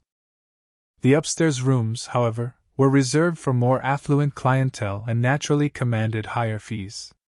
In these more private quarters, a certain level of comfort was available for purchase, featuring wooden beds in place of stone, softer blankets, and presumably greater privacy. Yet, even within these slightly more luxurious spaces, the interactions remained purely transactional, devoid of any genuine sentiment. The revenue generated did not, in fact, belong to the women. The vast majority were enslaved, and their earnings were funneled directly to the brothel's proprietor, who was likely a wealthy Pompeian citizen overseeing a portfolio of various businesses. In a few instances, freed women might operate with a degree of independence, remitting a portion of their profits to the manager. But for most, the Lupiner was merely another crucial cog in the vast, brutal machinery of Roman slavery. Their bodies were treated as mere commodities, their labor a ceaseless profit stream. The sheer scale of this operation was quite considerable. With its 10 rooms, constant flow of customers, and deliberately low prices, the brothel had the capacity to serve dozens of clients every single day. Projecting this daily activity across weeks, months, and years, the Lupiner emerges not just as a physical structure, but as a potent engine of consistent income. For Pompeii's economy, which was already robustly fueled by extensive trade and burgeoning tourism, the sex industry provided an additional and surprisingly accepted layer of commerce, one that few in that era found particularly scandalous. Beyond the direct financial gains, the Lupiner also stimulated a network of ancillary businesses. Taverns situated nearby thrived by selling wine, intended to loosen both tongues and purses. Vendors would peddle food and refreshments to men as they exited the brothel. Even the graffiti etched into its ancient walls possessed an underlying economic dimension. The names of the prostitutes essentially functioned as early brands, repeat clients served as an organic form of word-of-mouth marketing, and the vibrant frescoes acted as permanent, eye-catching advertisements. In essence, the Lupanar was a bustling commercial hub, subtly veiled beneath the guise of a brothel. Its very walls offer a poignant glimpse into a world where sex was not a societal taboo but a well-established trade, where human desire was expertly monetized with a brutal, dispassionate efficiency. Pompeii's thriving economy, it seems, flourished not only on staples like bread, wine, and olive oil, but also on flesh. To contemporary sensibilities, the overt openness of the Lupanar appears truly startling. However, within the intricate tapestry of Roman society, prostitution occupied a peculiar and often contradictory position, being simultaneously tolerated and yet profoundly stigmatized. It was entirely legal, subject to taxation, and seamlessly integrated into the daily rhythm of urban life. Nevertheless, the women who worked within its confines were explicitly branded as infames, signifying that they were dishonored and summarily excluded from respectable society. This inherent paradox fundamentally defined the brothel, a place that numerous men frequented without any discernible shame, yet one that imposed a deep and indelible social stigma upon those who operated within its walls. For Roman men, the act of visiting a prostitute carried no moral failing whatsoever. Husbands could enter the Lupanar completely without disgrace, even while upholding the expectation of absolute fidelity from their own wives. A wife's paramount duty was to safeguard the family lineage and property, whereas her husband's occasional visits to a brothel were largely considered an acceptable and even necessary outlet for male desire. Such blatant double standards were deeply embedded in Roman law and custom. The very act itself was not about emotional connection or love, but about control. Men's carnal appetites were officially legitimized, while women's sexuality was rigorously policed and confined. The prostitutes, however, bore the full, crushing weight of this societal stigma. As infames, they were systematically stripped of fundamental rights. They were forbidden from marrying respectable citizens, from testifying in court, or from inheriting wealth. Their very bodies were, in the cold eyes of the law, regarded as public property. Even freed women who voluntarily chose to enter the trade remained socially tainted, forever unable to ascend into a position of respectability. To be publicly marked as a prostitute was to be permanently branded, irrespective of one's personal wealth or age. Yet, ironically, society could not function without them. Revered moralists like Seneca and eminent philosophers such as Cicero openly acknowledged that prostitution played a vital role in maintaining social order, providing a sanctioned outlet for male sexual urges. Emperor Augustus himself took measures to regulate the trade, mandating that prostitutes register with the proper authorities. Thus, Rome effectively institutionalized that which it simultaneously despised, intricately weaving the presence of brothels into the very fabric of its bustling cities. This pervasive stigma extended even to the physical space itself. The Lupanar was strategically situated not within Pompeii's affluent, elite districts, but rather in a bustling working-class quarter, surrounded by taverns and various shops. Respectable women would never deign to cross its threshold, nor would noble families ever openly acknowledge its very existence. Yet, despite this societal partitioning, its clientele represented every stratum of society. The building thus stood as both central to the city's economic life and yet inherently marginal in its social acceptance, a profound paradox literally carved into its stone facade. This enduring tension between broad tolerance and deep-seated shame is precisely what renders the Lupanar so uniquely revealing. It was neither overtly hidden nor openly celebrated, but simply accepted as a necessary, even useful, component of Roman life. The brothel profoundly embodied the complex contradictions of Roman morality: desire coexisting with discipline, acceptance with condemnation, all interwoven within a city that appeared to live comfortably with both. When the cataclysmic eruption of Mount Vesuvius occurred in 79 CE, it did far more than simply destroy Pompeii. It meticulously preserved it.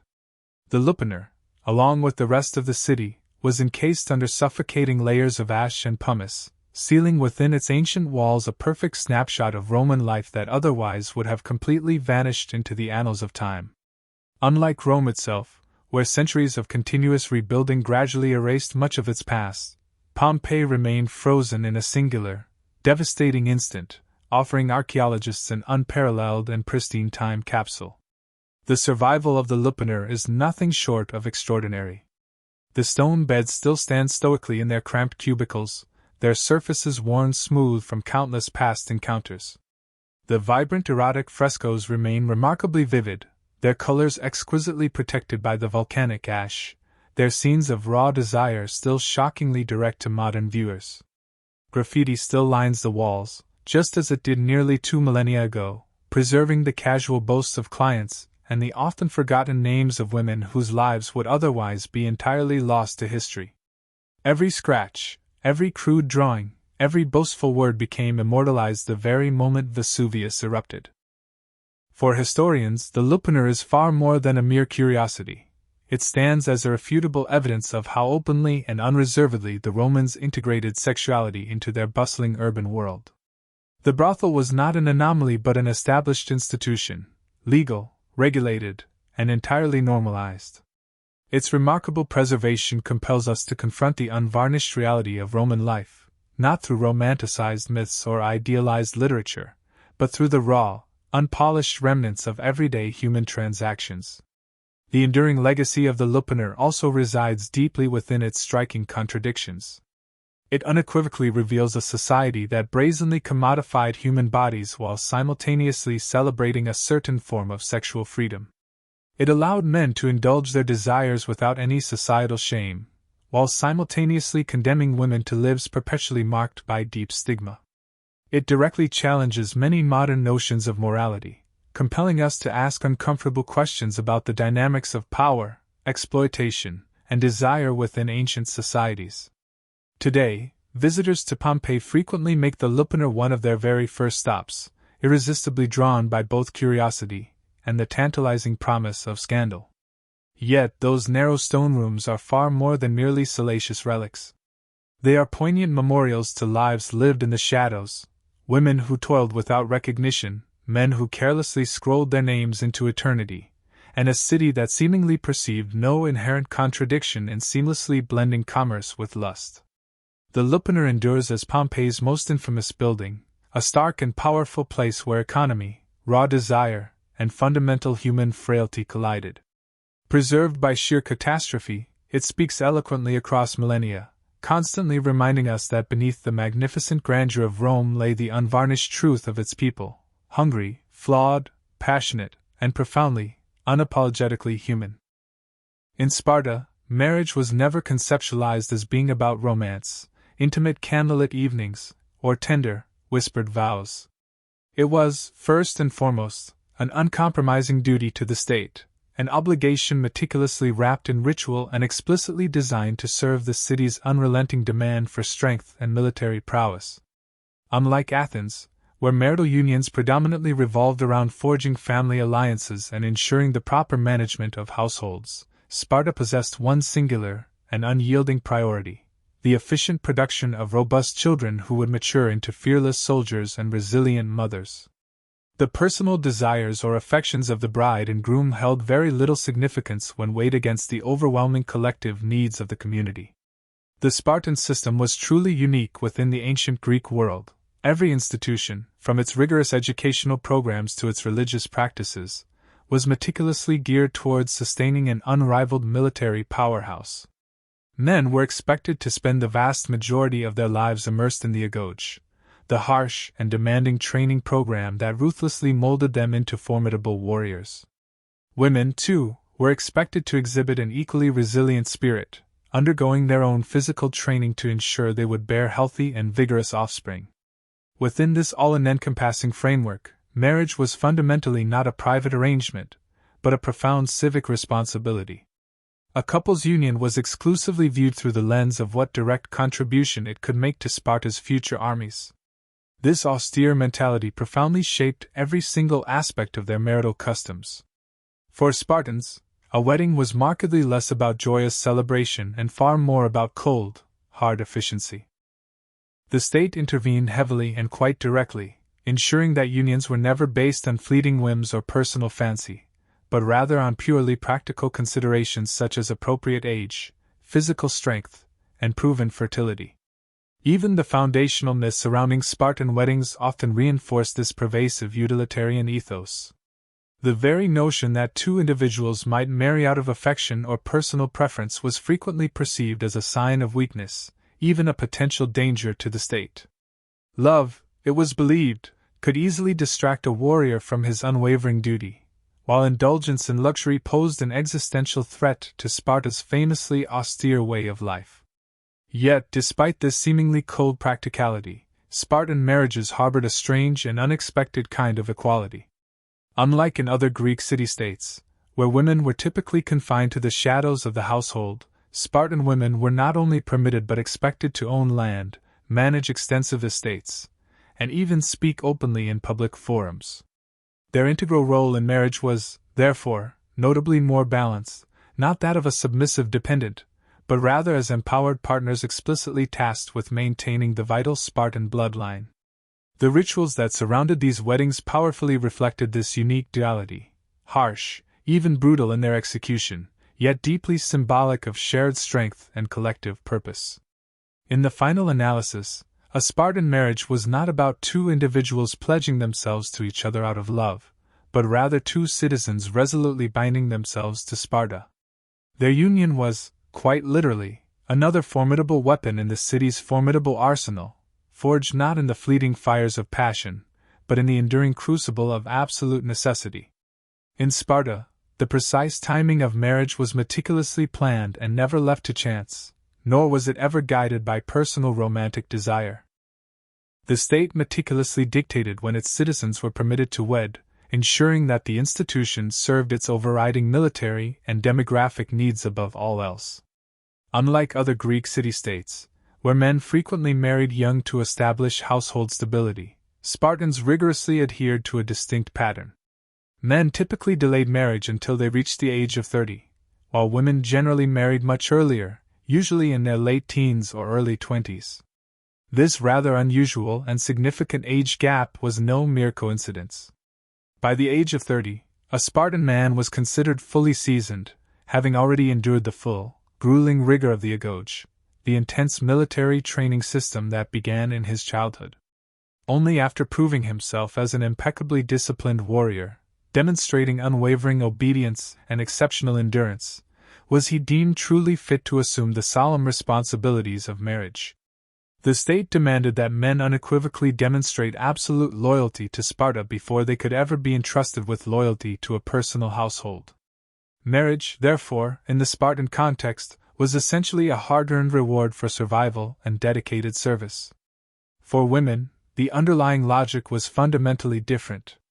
Spartan girls were rigorously raised to be exceptionally strong, athletic, and resilient. Their intensive training regime included activities like running, wrestling, and even javelin throwing. This profound physical discipline was explicitly designed not to prepare them for battle, but rather for the rigors of motherhood. The ideal Spartan bride was one physically capable of enduring childbirth and producing vigorous, healthy children. By marrying young, women entered their most fertile years under the ever-watchful eye of the state, meticulously aligning their personal reproductive lives with Sparta's paramount goal of breeding strong offspring. The outcome was a striking contrast: seasoned, veteran warriors marrying youthful, physically robust women. This strategic pairing perfectly embodied the Spartan vision of balance, the formidable strength of experienced males seamlessly joined with the vibrant vitality of young females. The household itself was not built upon affection or emotional connection, but rather upon calculated utility, with both partners carefully chosen at the optimal moment to contribute most effectively to the city's survival. Yet, paradoxically, this precise arrangement often afforded Spartan women far more influence and authority than their counterparts in other Greek societies. Because men remained entrenched in military barracks until they turned 30, even after marriage, wives frequently found themselves managing extensive estates and complex finances in their husbands' prolonged absence. This fostered an unusual dynamic where women, though typically younger, were far from powerless, being entrusted with significant responsibilities that Athenian women, for instance, could scarcely have conceived of. Thus, the age of marriage in Sparta reflected far more than mere biology. It profoundly reflected a deeply ingrained state ideology. It was a carefully crafted timetable designed by the state, unequivocally ensuring that marriage served not personal romance, but the perpetual and relentless machinery of war. Few customs in the ancient world were as striking or as profoundly unsettling as the Spartan treatment of brides on their wedding night. Unlike the flowing dresses and elaborate hairstyles that adorned Athenian or Corinthian brides, Spartan women were deliberately stripped of all conventional symbols of femininity before formally entering marriage. Their heads were meticulously shaved clean, their bodies were clad in a man's cloak, and simple sandals replaced any hint of personal adornment. In this pivotal moment, the bride was transformed not into a delicate, demure wife, but into something strikingly resembling a young warrior. Why such an unusual and seemingly harsh ritual? The symbolism was essentially twofold. First, it powerfully reflected Sparta's categorical rejection of luxury and vanity. Long hair, intricate jewelry, and fragrant perfumes were widely regarded as markers of wealth and softness, traits utterly despised in a society that held austerity and rigorous discipline above all else. By shaving the bride's head, Sparta effectively stripped away beauty as a superficial ornament, compelling the union to rest squarely on strength and utility, rather than outward appearance. Second, this deliberate disguise subtly blurred the conventional lines between male and female. Spartan marriage was emphatically not about a passive woman joining a dominant man. Instead, the bride's dramatic transformation emphasized her crucial role as an equal partner, one explicitly expected to endure hardship and actively contribute to the overarching Spartan ideal of strength. Dressed in male clothing, she embodied toughness and a peculiar equality, signaling unequivocally that she was not to be treated as fragile or delicate. This particular practice was entirely unique in Greece, where most women were typically confined to the household and expected to embody submissive modesty. The act also carried a deeper psychological purpose. For a Spartan groom, who was entirely accustomed to spending his life predominantly among men in military barracks, the transition to marriage could be quite jarring. By presenting the bride in an almost androgynous form, the ritual cleverly softened this abrupt shift, effectively bridging the gap between male camaraderie and the novel heterosexual union. Over time, as her hair gradually grew back and the woman fully adopted her new role as wife, the transformation was complete. She was now both hardened and resilient like her husband, and yet simultaneously capable of producing the next generation of formidable warriors. Though undeniably strange to modern eyes, this distinctive shaving ritual profoundly reveals how deeply Sparta fused gender roles with overarching civic duty. The bride's body was remade into a potent symbol of resilience, a living reminder that marriage in Sparta was ultimately not about romance or fleeting beauty, but about collective survival, unwavering strength, and the meticulous creation of a unified, disciplined household. In most ancient Greek cities, weddings were vibrant public celebrations, typically filled with joyous music, lavish banquets, and elaborate processions. In Sparta, however, the solemn union of husband and wife began with something that bore a striking resemblance more to a clandestine raid than a festive ceremony: the ritual abduction of the bride. Far from being a romantic gesture, this practice powerfully symbolized strength, unwavering control, and the decisive transfer of the woman into her new and defined role as a wife. After the bride had her head shaved and was dressed in male clothing, she was secretly abducted by her groom. The act itself was not violent in the sense of a genuine kidnapping. It was carefully staged, with both families fully aware of the established custom. Yet, the symbolism was profoundly powerful. The groom would physically carry her away from her family home to a private chamber, marking the decisive moment when she irrevocably left her old life behind. The ritual carried multiple layers of meaning. First, it powerfully echoed the pervasive military culture of Sparta. Just as Spartan men were rigorously trained to seize and endure through sheer force, the abduction dramatized marriage as a conquest, not of love, but of duty and necessity.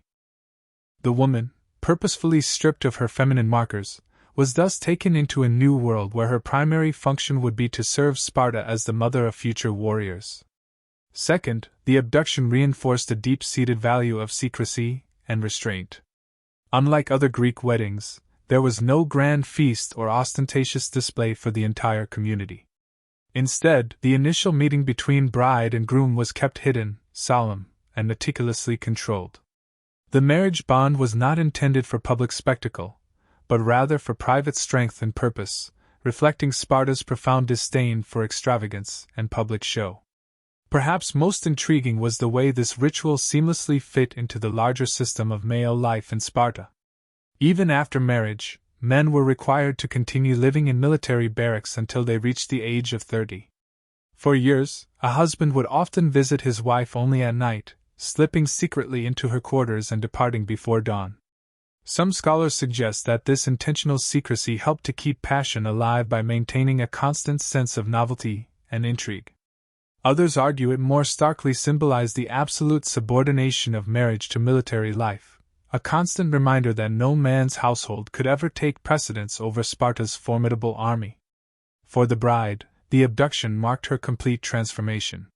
She was no longer simply her father's daughter, but a Spartan wife, bound not only to her husband, but directly to the city itself. For the groom, it represented both a symbolic rite of dominance and a rigorous test of discipline, irrefutable proof that even in matters of love, he acted strictly under Sparta's immutable rules. For most ancient cultures, marriage traditionally signified the establishment of a new household, shared meals, and the daily rhythm of life as husband and wife. In Sparta, however, things were remarkably different. Even after the wedding night, the husband did not immediately move in with his bride. Instead, he dutifully returned to the military barracks where Spartan men were obligated to live until they reached the age of 30. Marriage, therefore, paradoxically began with separation rather than togetherness. The bride, meanwhile, either remained in her family home or resided in a household specifically prepared for her. She was tasked with managing domestic affairs and land, roles that carried significantly more weight and authority in Sparta than in other Greek states. Because men spent the vast majority of their lives in training or away at war, Spartan women bore the immense responsibility for running estates, supervising the helot laborers, the enslaved population who worked Spartan farms, and generally ensuring the household's prosperity. In many crucial ways, a wife was truly the economic backbone of the family, while her husband continued his unwavering service to the state. Conjugal visits were almost always secretive. A young husband might discreetly slip away at night to meet his wife in private, returning to his barracks before dawn. These clandestine encounters added an unusual, perhaps even intoxicating, intensity to early married life. Some historians posit that this secrecy actively kept desire alive, preventing the mundane familiarity that could dull passion. Others view it as a stark and constant reminder that a man's primary loyalty was unequivocally to his fellow warriors and to the state, not to his spouse. For the bride, this unique arrangement could be both empowering and isolating. On one hand, she was entrusted with a level of authority virtually unheard of for women elsewhere in Greece. While Athenian wives lived highly secluded lives, Spartan women managed substantial wealth and made pivotal decisions in their husbands' prolonged absence. On the other hand, the emotional distance created by the husband's absence often shaped a marriage that was inherently more functional than affectionate. Children, of course, were the ultimate goal. When a couple successfully produced a healthy son, they were deemed to have fulfilled their most vital duty to Sparta. Daughters, too, were highly valued, as they would eventually grow into the next generation of strong Spartan mothers. The household success was measured not in romantic attachment, but in its tangible contribution to the state's population of warriors. Thus, life after the wedding night was profoundly marked by paradox. Spartan marriages were austere, even cold by modern standards, yet they simultaneously granted women unusual power and remarkable independence. They were unions forged not for companionship or personal fulfillment, but for collective survival, partnerships meticulously designed to serve a city where war always, uncompromisingly, came first. In most of ancient Greece, women generally lived in seclusion, largely confined to the household and explicitly excluded from political and economic life. Sparta, however, was radically different. Spartan women held a truly unique position of power and influence, and marriage, rather than diminishing it, only strengthened this authority. Far from being silent, background figures, they were highly active and indispensable participants in the state's very survival. The central and most crucial role of a Spartan wife was motherhood, but not merely in the biological sense. She was emphatically expected to produce strong, healthy children fully capable of becoming either formidable warriors or the mothers of future warriors. To achieve this ambitious goal, Spartan girls were raised in a manner that genuinely shocked other Greeks. They underwent rigorous physical training from youth, running, wrestling, and even throwing javelins. Their bodies were deliberately hardened not for direct battle, but specifically for the demanding rigors of childbirth. The ideal Spartan woman was athletic, resilient, and utterly unafraid. Marriage built upon this foundational training, transforming her from a mere daughter into the essential bearer of the city's future. Yet, her responsibilities extended far beyond the cradle. Because husbands were tied to their barracks until the age of 30, and even afterward were frequently away on military campaigns, wives effectively became the de facto heads of their households. They expertly managed extensive estates, meticulously oversaw the helots, the enslaved laborers who worked Spartan farms, and deftly handled all economic matters with a remarkable degree of authority. The Spartan wife commanded wealth and property in ways that Athenian women could scarcely even imagine. In fact, by some historical accounts, women in Sparta eventually controlled nearly 2/5 of all the land, a truly staggering figure in the predominantly patriarchal ancient world. Their profound influence also significantly reached into the social and cultural spheres. Spartan mothers were famously bold, renowned for their pithy sayings that powerfully encapsulated the city's stoic ethos. "Return with your shield or on it," they famously told their sons heading off to war. This blunt, uncompromising encouragement to embrace either glorious victory or honorable death reflected the very same core values that marriage profoundly demanded: strength, unwavering duty, and ultimate sacrifice to the state above all else. Marriage, therefore, did not diminish a woman's independence. In many critical ways, it powerfully magnified it. While bound by strict ritual and societal expectation, Spartan wives wielded significant and often formidable power within their families and communities. They were deeply respected, and at times even feared, for their sharp tongues and uncompromising standards. Men might have dominated the battlefield, but it was Spartan women who steadfastly ensured that Sparta's warrior society never faltered or crumbled at home. In this complex manner, the role of women in Spartan marriage was inherently paradoxical. They were undeniably subjected to the state's relentless demands, yet they simultaneously held a degree of authority that few women elsewhere in Greece could ever dream of possessing. Marriage in Sparta bound women to the city's military ethos, but it also unequivocally gave them the strength and the necessary space to profoundly shape its very destiny. In Sparta, marriage was never judged by fleeting affection, accumulated wealth, or societal prestige. Its true and ultimate measure was unequivocally children. The state expected every union to contribute directly to its most vital resource, a steady, dependable stream of strong, disciplined citizens who could continuously sustain the formidable Spartan military machine. The act of producing the next generation was not simply a private family matter. It was a profound civic duty, meticulously scrutinized by the entire community. From the very moment of marriage, couples were under immense pressure to have children quickly. Sons were especially prized, for they would one day enter the agoge and become warriors. Yet daughters were far from unwanted. Strong women were highly valued as the indispensable future mothers of warriors. In fact, Spartan girls were raised with the exact same emphasis on physical health and vigor as boys, rigorously ensuring that they would one day endure childbirth and produce healthy offspring. This pervasive obsession with strength and genetic fitness led to some highly unusual practices. If a husband was deemed too old or infertile, the state might actively encourage his wife to conceive with a younger or demonstrably stronger man. Unlike in other Greek cities, this was not considered scandalous or immoral. It was purely pragmatic. The overarching goal was to ensure that no womb went to waste, that every marriage produced children who would robustly serve Sparta. Some historical sources even suggest that men could explicitly allow their wives to sleep with particularly strong warriors in order to breed genetically superior offspring, treating human reproduction almost like selective training for animals. Newborns, once delivered, faced harsh and immediate scrutiny. Elders meticulously inspected infants to determine if they were healthy and strong enough to survive. Weak or deformed babies could be callously abandoned, a chilling practice that starkly reflected Sparta's ruthless and unwavering dedication to strength.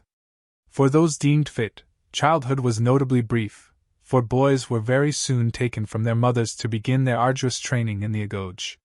Mothers, though deeply attached to their children, were stoically expected to accept this as an unavoidable part of their duty to the state. Marriage, then, was fundamentally inseparable from the state's deep-seated eugenic ambitions. Couples were not simply building individual families. They were meticulously producing soldiers and mothers, the raw, vital material of Sparta's future. In Spartan society, even the most profound aspects of personal intimacy were made secondary to a singular, overriding objective. The elaborate rituals, the pervasive secrecy, and the strict discipline that enveloped Spartan marital practices were all meticulously designed to achieve one specific outcome: to cultivate the next generation, one robust enough to perpetually uphold the city's unique and demanding way of life. For the Spartans, the tender sentiments of love were regarded as transient, a fleeting emotion, whereas the enduring impact of a lasting legacy was considered eternal. Consequently, a truly successful marriage was not measured by the personal joy or contentment it might bring to the husband and wife. Instead, its worth was gauged by the tangible strength it contributed to Sparta as a whole. While most other Greek city-states viewed marriage as a largely private arrangement between families, Sparta stood in stark contrast. Here, the state asserted its formidable presence, firmly interposing itself into the very core of every union, actively molding it to rigorously serve its unyielding military agenda. Marriage, therefore, was far from being merely a contract of affection or even property ownership. It was, in essence, an instrument of state policy, meticulously regulated and strategically deployed to guarantee the city's very survival. This pervasive state control extended even to the timing of marriages. Spartan men, for instance, were expressly forbidden from marrying until they had not only completed years of rigorous military training but had also reached the mature age of 30. This stringent requirement ensured that only seasoned warriors, whose discipline and loyalty had been thoroughly proven through years of service, were deemed worthy and responsible enough to be entrusted with founding and leading families. Women, conversely, were encouraged to marry at a comparatively young age, their fertile years viewed as a vital resource to be tapped early and efficiently for the supreme benefit of the city-state. Even this seemingly traditional pairing of older, experienced men with younger, fertile women was driven less by established custom and more by a calculated strategic imperative. It was designed to maximize the likelihood of producing exceptionally strong and healthy offspring. Beyond mere timing, the state also intruded deeply into the realm of fertility itself. Should a marriage unfortunately fail to produce children, it was not merely dismissed as a private misfortune for the couple. Rather, it was officially regarded as a public failure, a deficit against the state's future. To remedy such situations, the state would actively encourage unconventional arrangements, perhaps allowing another man to father children with a woman, or even permitting an older husband to lend his wife to a younger, more vigorous warrior. To the Spartans, these practices were not seen as sources of shame or dishonor but were embraced as entirely practical measures, directly aligned with the paramount duty of every couple, to contribute effectively to Sparta's vital population of future warriors. Even the most intimate rituals surrounding Spartan marriage bore the unmistakable imprint of state ideology. Consider the symbolic shaving of the bride's head, the ritualized abduction that marked the transition, or the extreme secrecy that enveloped conjugal meetings. These unique customs were not arbitrary. They vividly reflected and reinforced the core values of austerity, discipline, and profound restraint, all virtues that the state relentlessly demanded from its citizens. In this light, marriage itself was transformed into yet another rigorous form of training, rather than serving as a comforting sanctuary from the demands of state life. The constant, almost omnipresent, involvement of the state also served to underscore a remarkable paradox inherent in Spartan life. While men were perpetually bound to the barracks, dedicating their lives to military service, Spartan women were concurrently granted an unusual and substantial degree of authority within the domestic sphere. By compelling husbands to remain deeply immersed in military service long after their marriage, the state, perhaps unintentionally, created a significant void and thus a critical space for wives to effectively manage their estates, oversee household affairs, and exercise considerable influence. In this fascinating and indirect manner, the state's iron grip on marriage unexpectedly elevated women's power, rendering them indispensable figures in both the intricate tapestry of family life and the broader economic functions of society. Ultimately, marriage in Sparta transcended any notion of being a personal milestone or a private celebration. It was, above all, a profound civic obligation. Every shaved head, every clandestine meeting, every child born under this meticulously structured system served as irrefutable proof that the state's reach extended into the most intimate and personal corners of life. In Sparta, even the fundamental human emotions of love and the sacred bonds of family were made to bow before the relentless, all-consuming needs of war. The marriage customs of Sparta, which undeniably appear strange, severe, and even harsh to modern sensibilities, were never merely personal traditions. Instead, they were the direct and stark reflection of a society fundamentally built upon the unwavering pillars of discipline, austerity, and an absolute commitment to service to the state. Unlike the vibrant and colorful celebrations of weddings in Athens, which were often filled with music, feasting, and joyous public displays, Spartan unions were characterized by shaven heads, staged abductions, and a pervasive atmosphere of secrecy. These deliberate practices systematically stripped marriage of any vestige of romance or luxury, purposefully transforming it into a pragmatic civic tool, meticulously designed for the sole purpose of producing strong, capable citizens. The enduring legacy of these distinctive customs lies in the profound completeness with which they embodied Sparta's core priorities. Every ritual, from the bride's symbolic transformation into a figure almost devoid of feminine adornment, a near masculine ideal, to the groom's clandestine nightly visits from the barracks, powerfully symbolized unity, collective strength, and the absolute subordination of the individual's desires to the greater good of the collective. Marriage was not about personal pleasure, it was fundamentally about function, meticulously designed to forge a partnership that precisely mirrored Sparta's highly efficient, unyielding, and utterly devoted military order, all geared towards the singular goal of survival.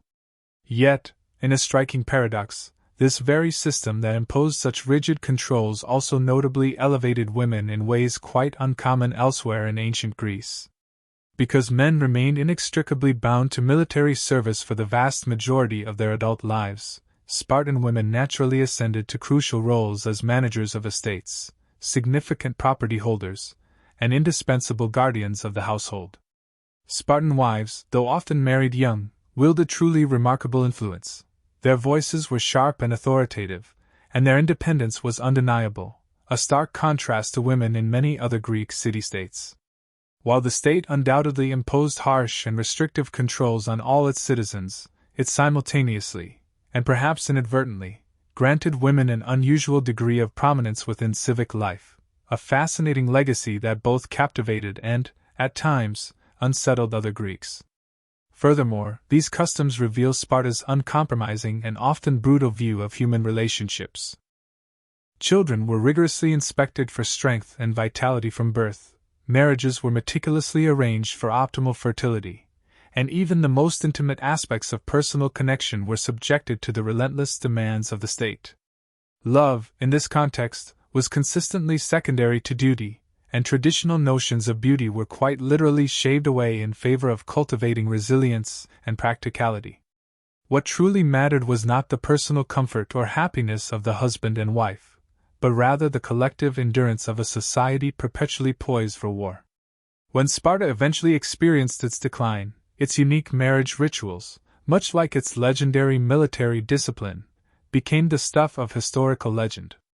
Writers from other Greek cities often depicted them as bizarre, even barbaric, yet they also frequently expressed a grudging admiration for their stark and unwavering dedication. Today, these practices serve as a powerful reminder of how profoundly a culture's deeply held values can shape and redefine its most intimate and personal institutions. The true legacy of Spartan marriage customs is not one of romance or tender affection, but rather a stark revelation. They vividly show us what transpires when the state takes absolute hold of family life, meticulously molding love and personal union into formidable weapons of survival. In Sparta, even a wedding was, in essence, a battlefield, a sacred ground where duty consistently triumphed over personal desire, and the very future of the city was meticulously forged within the private, yet profoundly public, bonds of husband and wife.